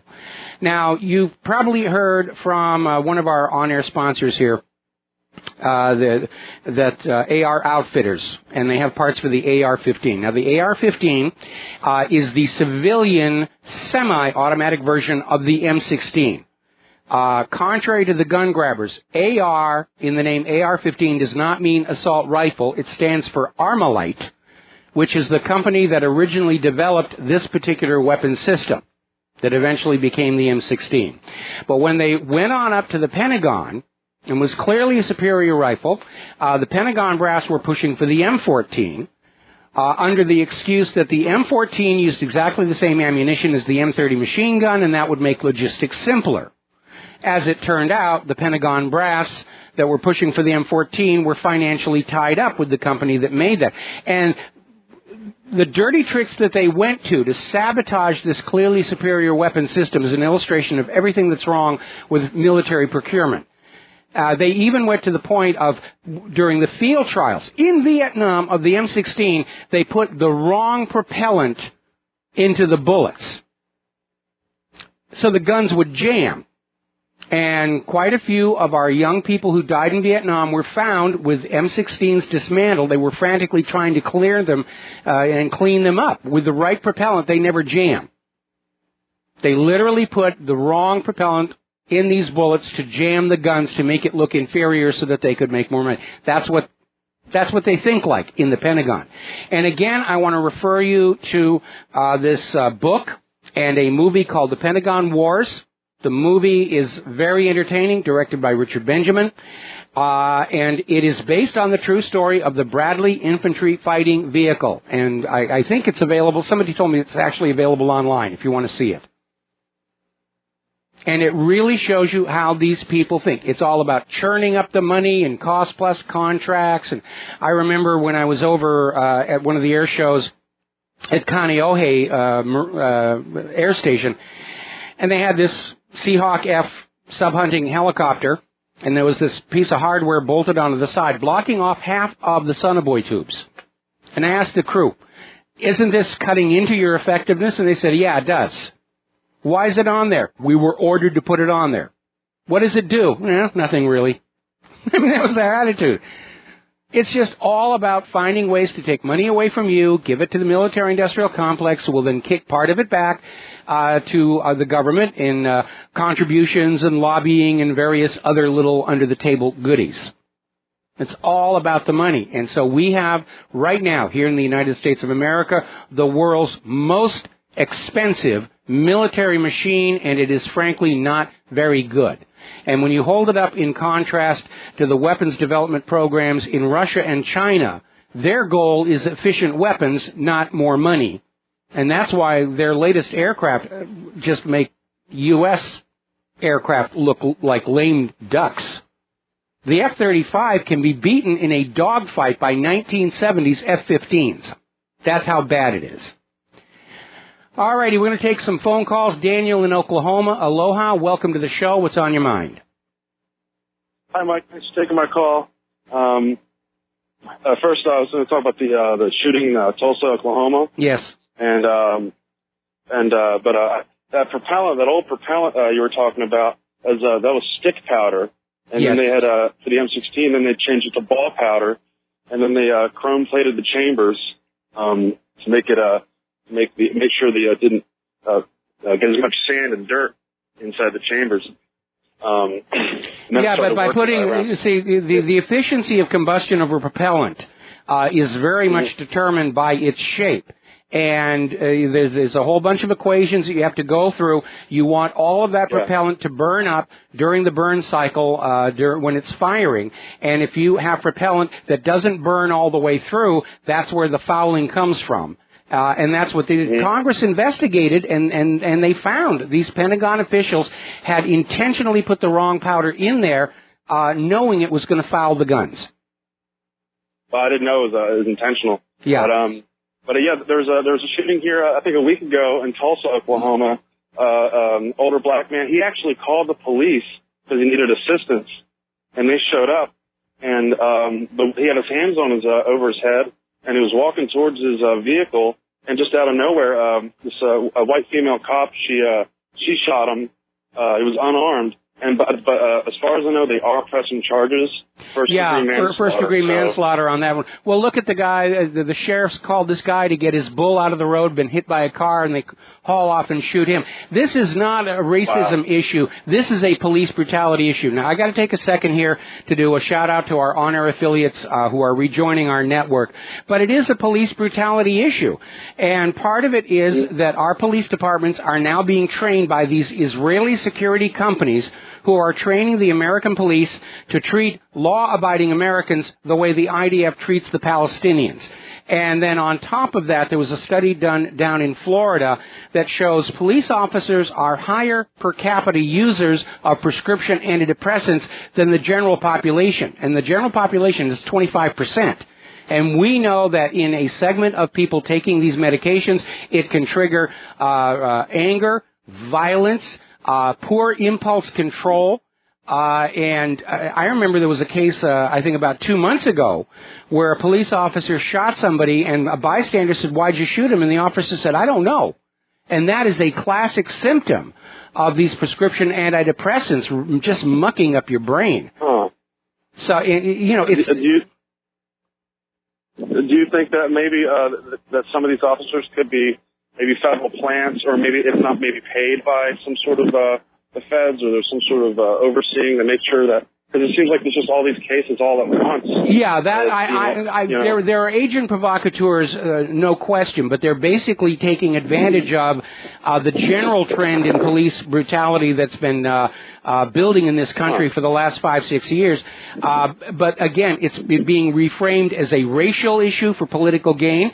But the Washington Post investigated, they found out the police are actually killing twice as many white innocent people as black people because they're so sensitive to the issue of black people, but nobody cares about the white people, and they're actually killing more of them. But the media focus is, oh, we have these police, they're killing black people. Well, the police are killing white people, too. They're killing people without regard to race, creed, color, religion, gender, or orientation.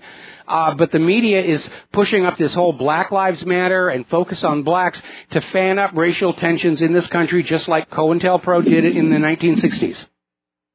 Correct. So there's a lot we're not seeing, I guess, huh? There's definitely a lot that we are not seeing. For one thing, the Charlotte police are reporting 70% of the protesters who got violent and were arrested had IDs from out of the state. These people are literally being bussed in to cause a ruckus. We saw the same thing in Baltimore.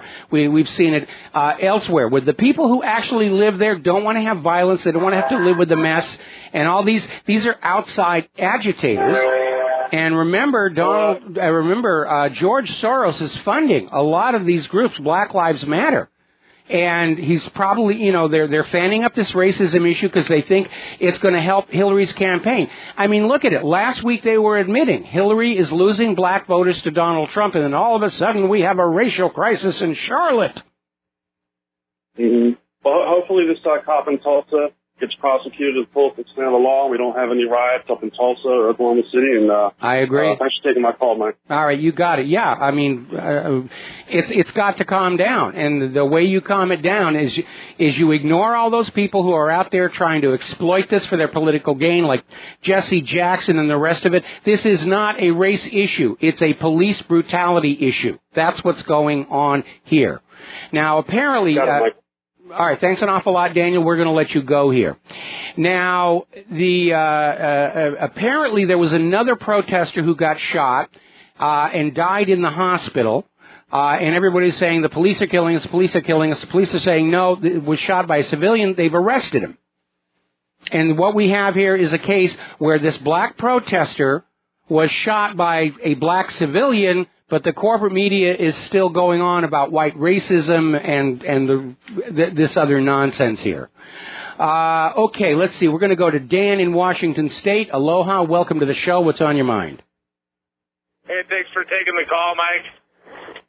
Hey, I called a day or two ago, and we were talking about the Cold War kind of being fake.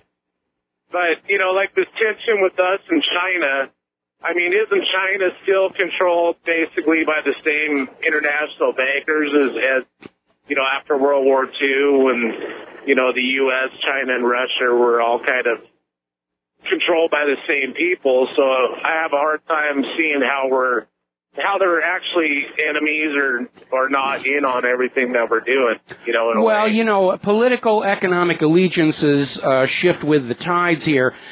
With the case of Russia, it came down to a question: who's running the country, the bankers or the government? And Putin said it's the government.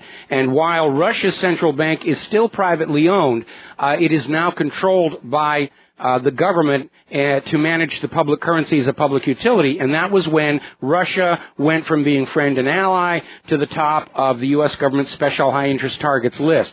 Now, over in China, their bankers have never really been able to supersede the government, so it's a different factor here, or in China, rather. In contrast to here, where you have Alan Greenspan saying that the Federal Reserve, answers to no federal government authority. You have Janet Yellen literally coming out and saying the Federal Reserve is above the level of the president. You had Hillary Clinton chastising Donald Trump for daring to criticize the Federal Reserve. So here in the United States of America, the bankers are openly declared to be in control of the nation. And that, of course, is a disaster for ordinary people, because bankers are not going to run this nation for the benefit of the people and the nation itself. They're running it as a for-profit enterprise. Right. So, well, what do you think about, like, when Nixon took us off the gold standard and then he opened up China? Do you think there's a plan maybe to run up so much debt that they have to get rid of these bankers, or do you think they'll just rather start, like, fund both sides and start World War III, like you're saying? Because it seems like they're trying to run up so much debt in America that we just bankrupt the system, you know? Well, I don't think that they intended to do that. Maybe they did. Maybe they need a global economic crisis to force a global private central bank on us all. I think the vast majority of people in the U.S. financial system do not want a crash. The problem is they can't stop one from coming. But you're going to have to point the finger of guilt at the U.S. federal government, which is supposed to be running the country for the benefit of everybody, not just a select few. And you have this issue of debt piling up, government borrowing piling up, mandated purchases like Obamacare piling up. At the same time, U.S. tax policy was written to encourage the offshoring of high-paying jobs to other countries. And anybody is going to look at that and say that's a disaster waiting to happen when you have got skyrocketing costs for living and plunging salaries and wages. It has to break at some point, which is exactly what's going on here. We have these iconic retailers like Sears and Kmart are saying they may not even make it to the holiday shopping season because the American people just don't have money to spend. Before the crash of 2008, 60% of our economy was consumer spending. That's pretty much evaporated. And it's not going to come back until we get the jobs back in this country.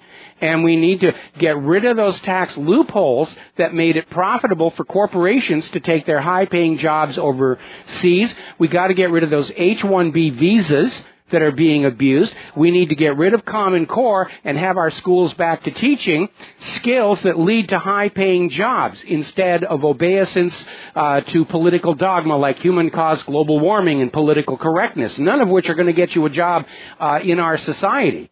But again, this gets back to something I've said before. Everybody's always looking out for their own agenda, their own wallet, but we expect the federal government to maintain an overview, a long view of what's best for the nation as a whole. And certainly that's supposed to be the job of the president. But we have had 30 years of narcocracy where everybody in the positions of power, they're just about shoving more money into their pockets, whether it's the Bushes or the Clintons. And their attitude is, well, I'm only going to be in office for another few months, and after that, if it blows up, it's not my problem. And that is not a very good philosophy to have, when you're actually responsible for a nation.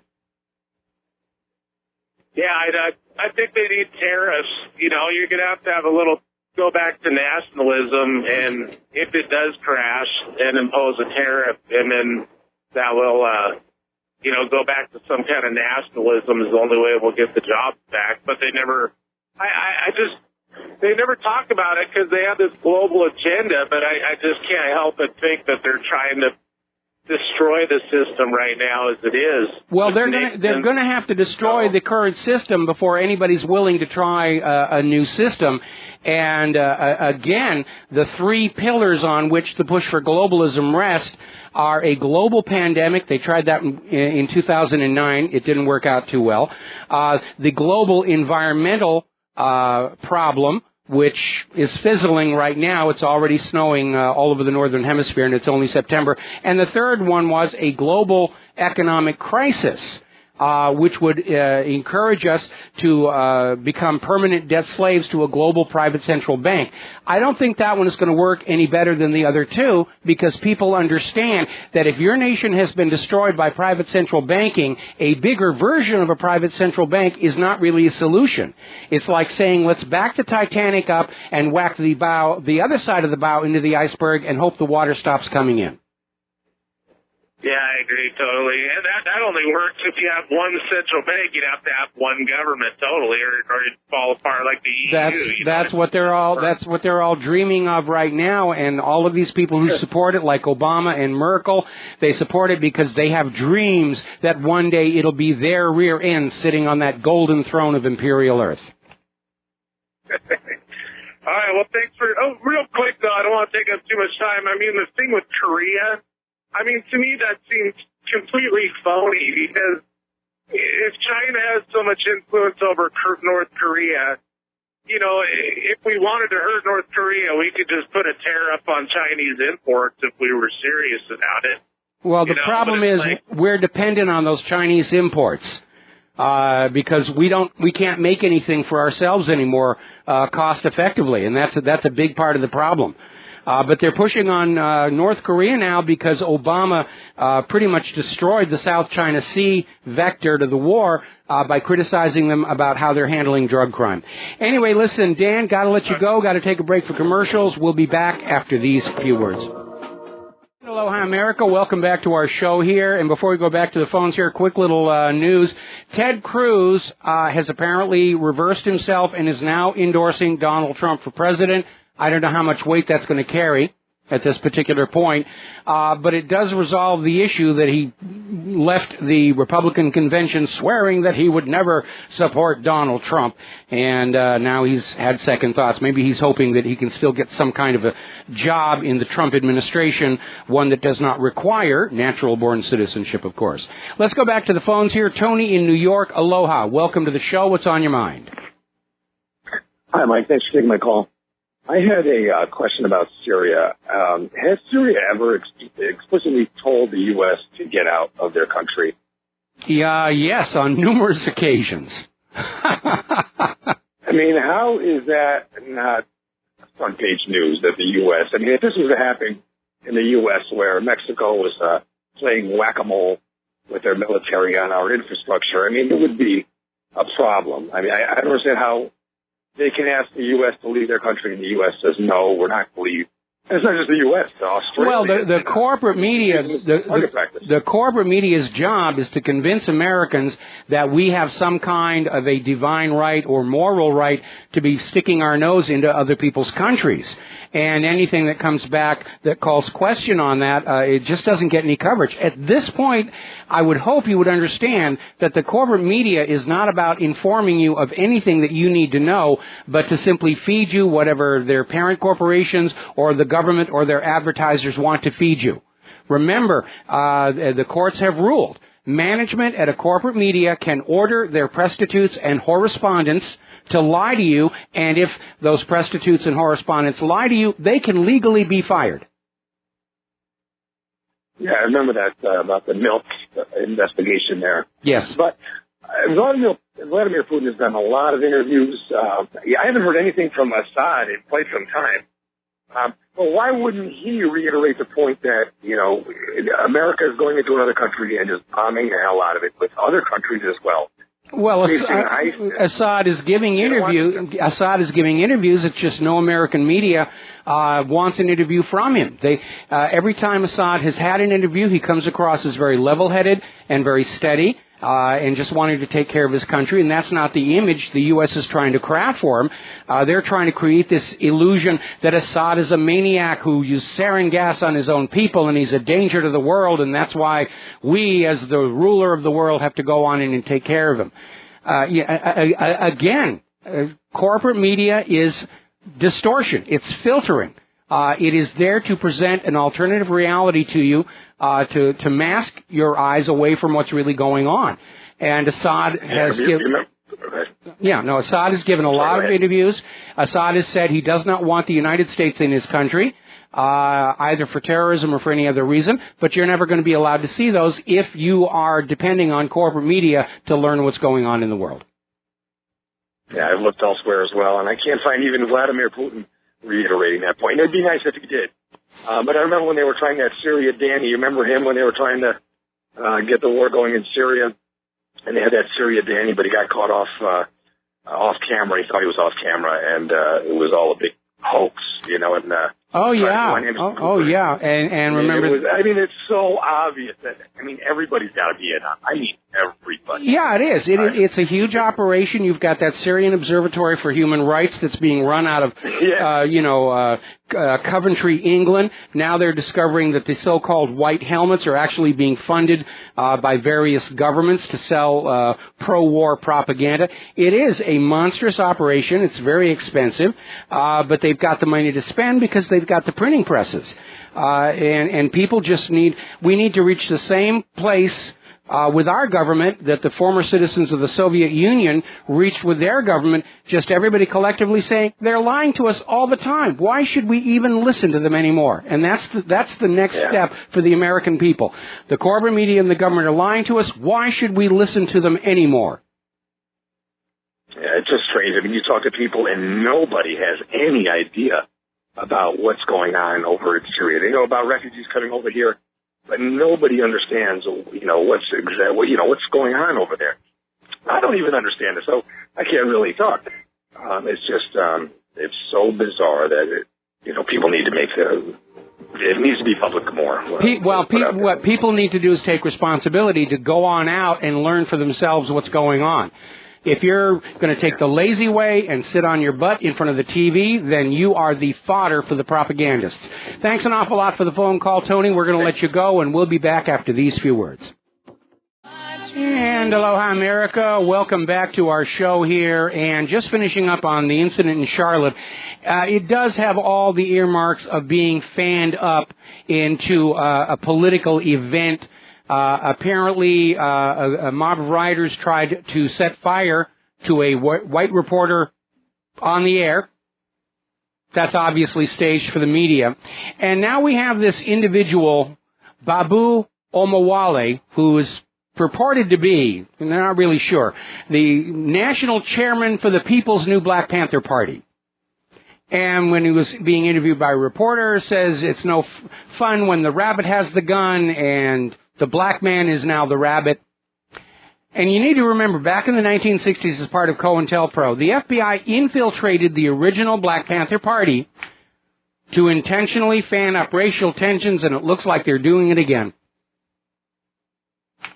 When you realize that 70% of the troublemakers in Charlotte who were arrested came from outside the state, you realize this is being stage managed. It's being set up. Now, let's grab some economic news here real quick. German politicians are getting very nervous about Deutsche Bank, as well they should.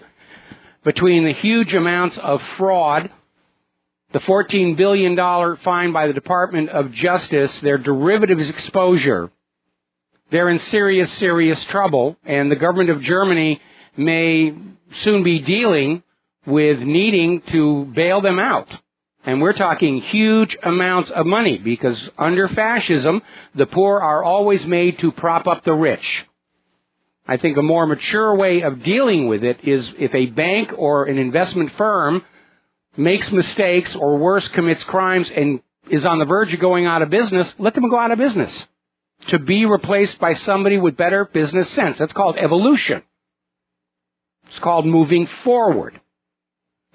Now, you remember all those sanctions on Iran? We're going to have sanctions on Iran, and the P5+1 deal was supposed to unfreeze Iranian assets and lift all the sanctions, and didn't really have anything happen. Iran is keeping all of their commitments under the P5+1 deal. Israel's still screaming, you shouldn't have done that. Israel's minions in the U.S. government is screaming, you shouldn't have done that. But the sanctions are finally starting to lift. The U.S. government is going to allow Airbus and Boeing to sell aircraft to Iran in a potential $42 billion deal. And that will certainly be welcome to those people up in Washington State who work for the Boeing plants. Russia's grain may soon bring in more gold than oil. Because of the oil price war, was an attack on Russia's economy, which actually caused a lot more harm in the West than in Russia. But it has encouraged them to diversify, and they have been putting a lot of work into their agricultural sector. They've had a record-setting harvest, and right now their grain exports are worth more to Russia than their oil exports. And because Russia has banned GMOs, the whole world is going to be their customers. Okay, let's take a phone call. Bubba, aloha, welcome to the show. What's on your mind? We like Russians. They're doing things right. America's the Soviet capital now, and we know because we're in Colorado, and we got proof to the U.S. Joint Chiefs for this U.S. Public Law 109364, Section 1076, and the agrarian reformers in America. We want them dead. That's what we told. We signed our name as Secretary of Defense. Okay, hold it. You're kind of all over the map here, and here be dragons. What is it you want to say? I mean, sum up. We like Russians and their ways. They were good before their revolution, and they had Soviet, and now they're coming out of it. So America's getting dumped on from every corner of the world, and we figured out how to fix it by military force. Do you realize in 2 years, people will serve on active duty that weren't even born when this whole phony war started on September 11, 2001? Because you could be 17, enter on active duty in the armed forces, and they'll be fighting a war they didn't even were born when it started. That's never happened, right? Well, it's certainly a historical first, but what's more important to keep in mind is that if the project for the new American century, for a century of unending war to conquer the world and bring it under U.S. control, were to succeed, nobody listening to this show right now would ever live to see a time of peace again. And especially people at my age, we'd like to have a little bit of peace around us. Like I said yesterday, we've got a new member of the family here. I don't want them growing up in a world where the government lies to them to take their money and to send them off into wars of conquest here. Anyway, Bubba, that's the UN program. Okay, Bubba, thank you very much, Bubba. I'm sorry to cut you off, but we're running out of time, and I got a bunch of stuff I got to get to. Now, getting on to the immigration crisis. There's an article up there, pictures of the French police are literally in a battle with the migrants in Calais. They're trying to build a British-financed wall, trying to seal off that road. We've all seen the video of all these migrants who they're literally throwing debris into the road to force the trucks to stop so they can climb on to the trucks and get a ride over to Great Britain. The situation is totally out of control. It's totally chaotic.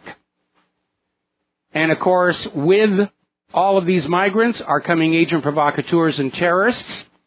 It's like having a big gumball machine, and 10% of those gumballs are poison.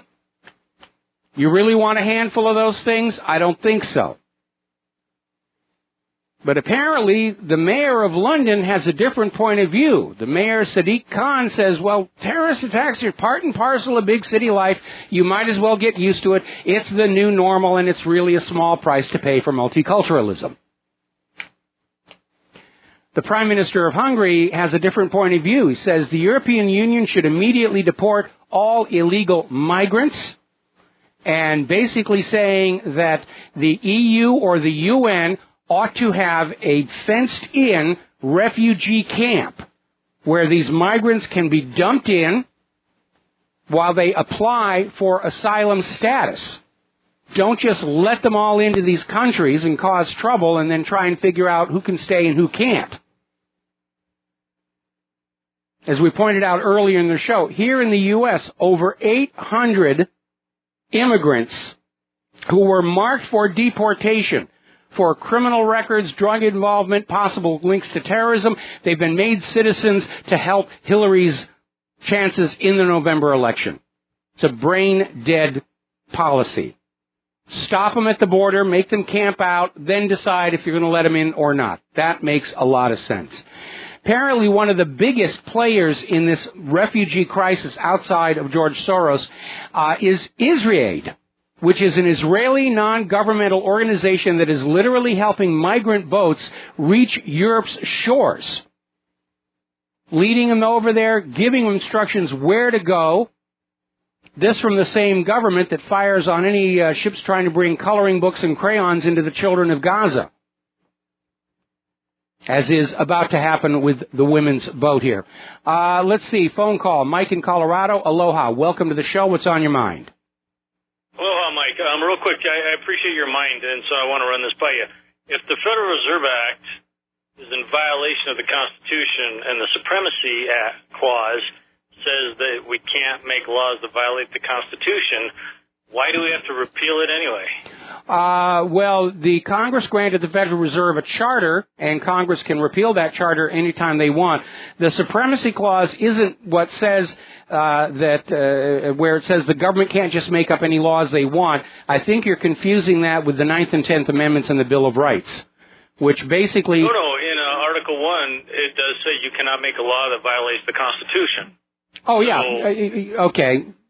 Right, so yes. That's basically the Supremacy Clause. So Article 1, Section 8, Paragraph 5 says Congress has to coin money and regulate the value thereof. They never could have passed that in the first place lawfully. Well, I mean, we know at this stage in our history, government does a lot of things that are illegal and violate the Constitution. And going back to the creation of the Federal Reserve, there was a lot of skullduggery going on back then. I mean, the bill that created the Federal Reserve and the 16th Amendment went through Congress at the same time. There are serious questions regarding whether the 16th Amendment was ever actually ratified. But then as now, politicians are going to sell out for enough campaign donations and lobbying money. And in order to have the Federal Reserve Act declared non-constitutional, somebody had to take it before the Supreme Court, and nobody did, because everybody who was on board of that was going along with the whole program. And they regretted it later. Woodrow Wilson certainly did. They understood even back then. They even understood back then. They were sowing the seeds for the eventual economic downfall of the United States of America. Well, shows like yours keep passing the truth, and I think that's the best thing we can do, hoping the bullets don't fly. So keep it up. Good job. All right, well, I'm hoping the bullets won't fly here. And yes, educating the public is the best way to bring down a tyrant.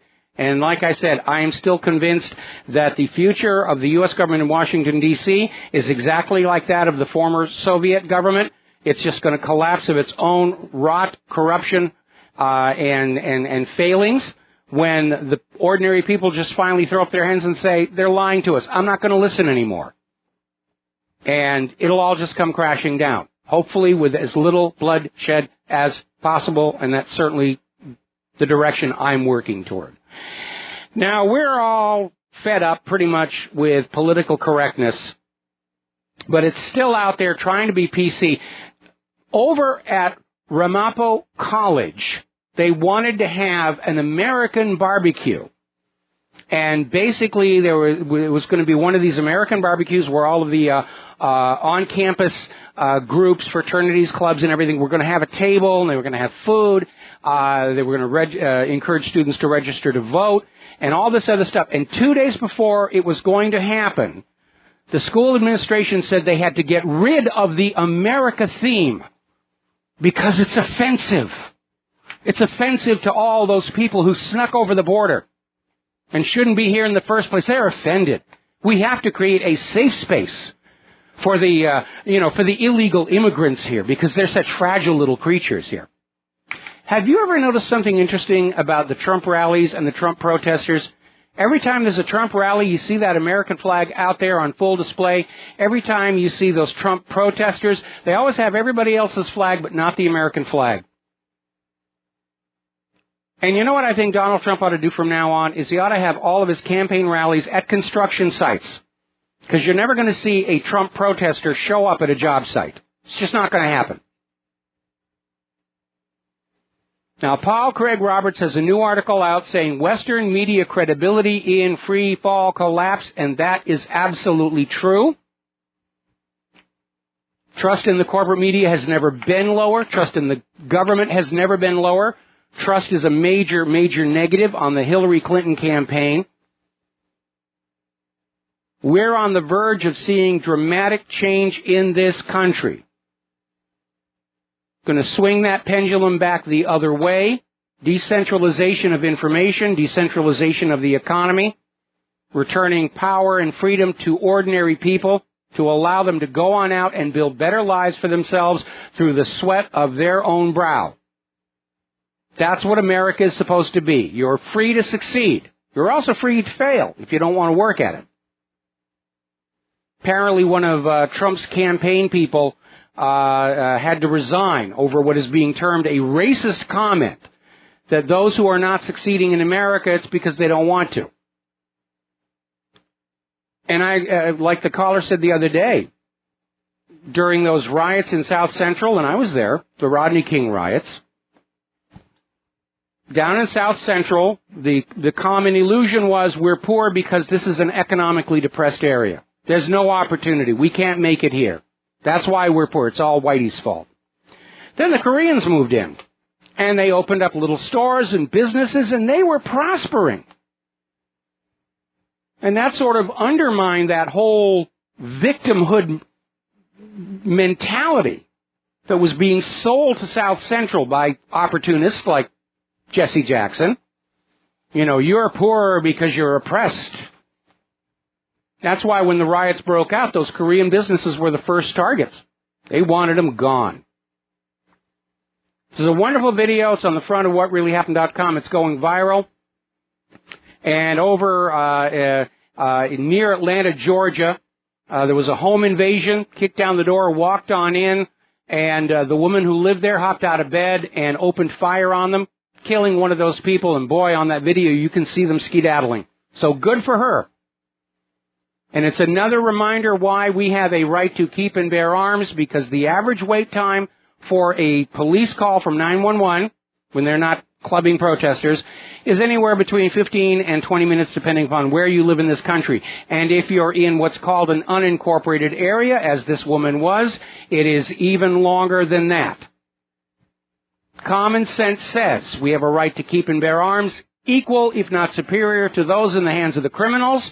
And remember, the criminals have been getting military weapons from the U.S. government through the Fast and Furious program. Isn't it weird to see a government that's giving weapons of war to terrorists in Syria and Mexican drug cartels then turn around and insist that the Second Amendment is old-fashioned and you shouldn't have any guns at all? Can you see the hypocrisy there? All right, last phone call of today. Tim in Hawaii. Aloha, bra, what's up? Aloha. I know you're trying to wrap it up. Quick question. Do you know whether or not at the debate they're going to be checking for earpieces in the ears, especially for Hillary Clinton? As far as I know, no, they are not. And I'm sure that if she's wearing that earpiece, and she probably is going to be, that she will change her hairstyle to cover her ears, because ever since that one receiver was spotted in the photograph, her hairstyle has changed. You can't see her ears anymore.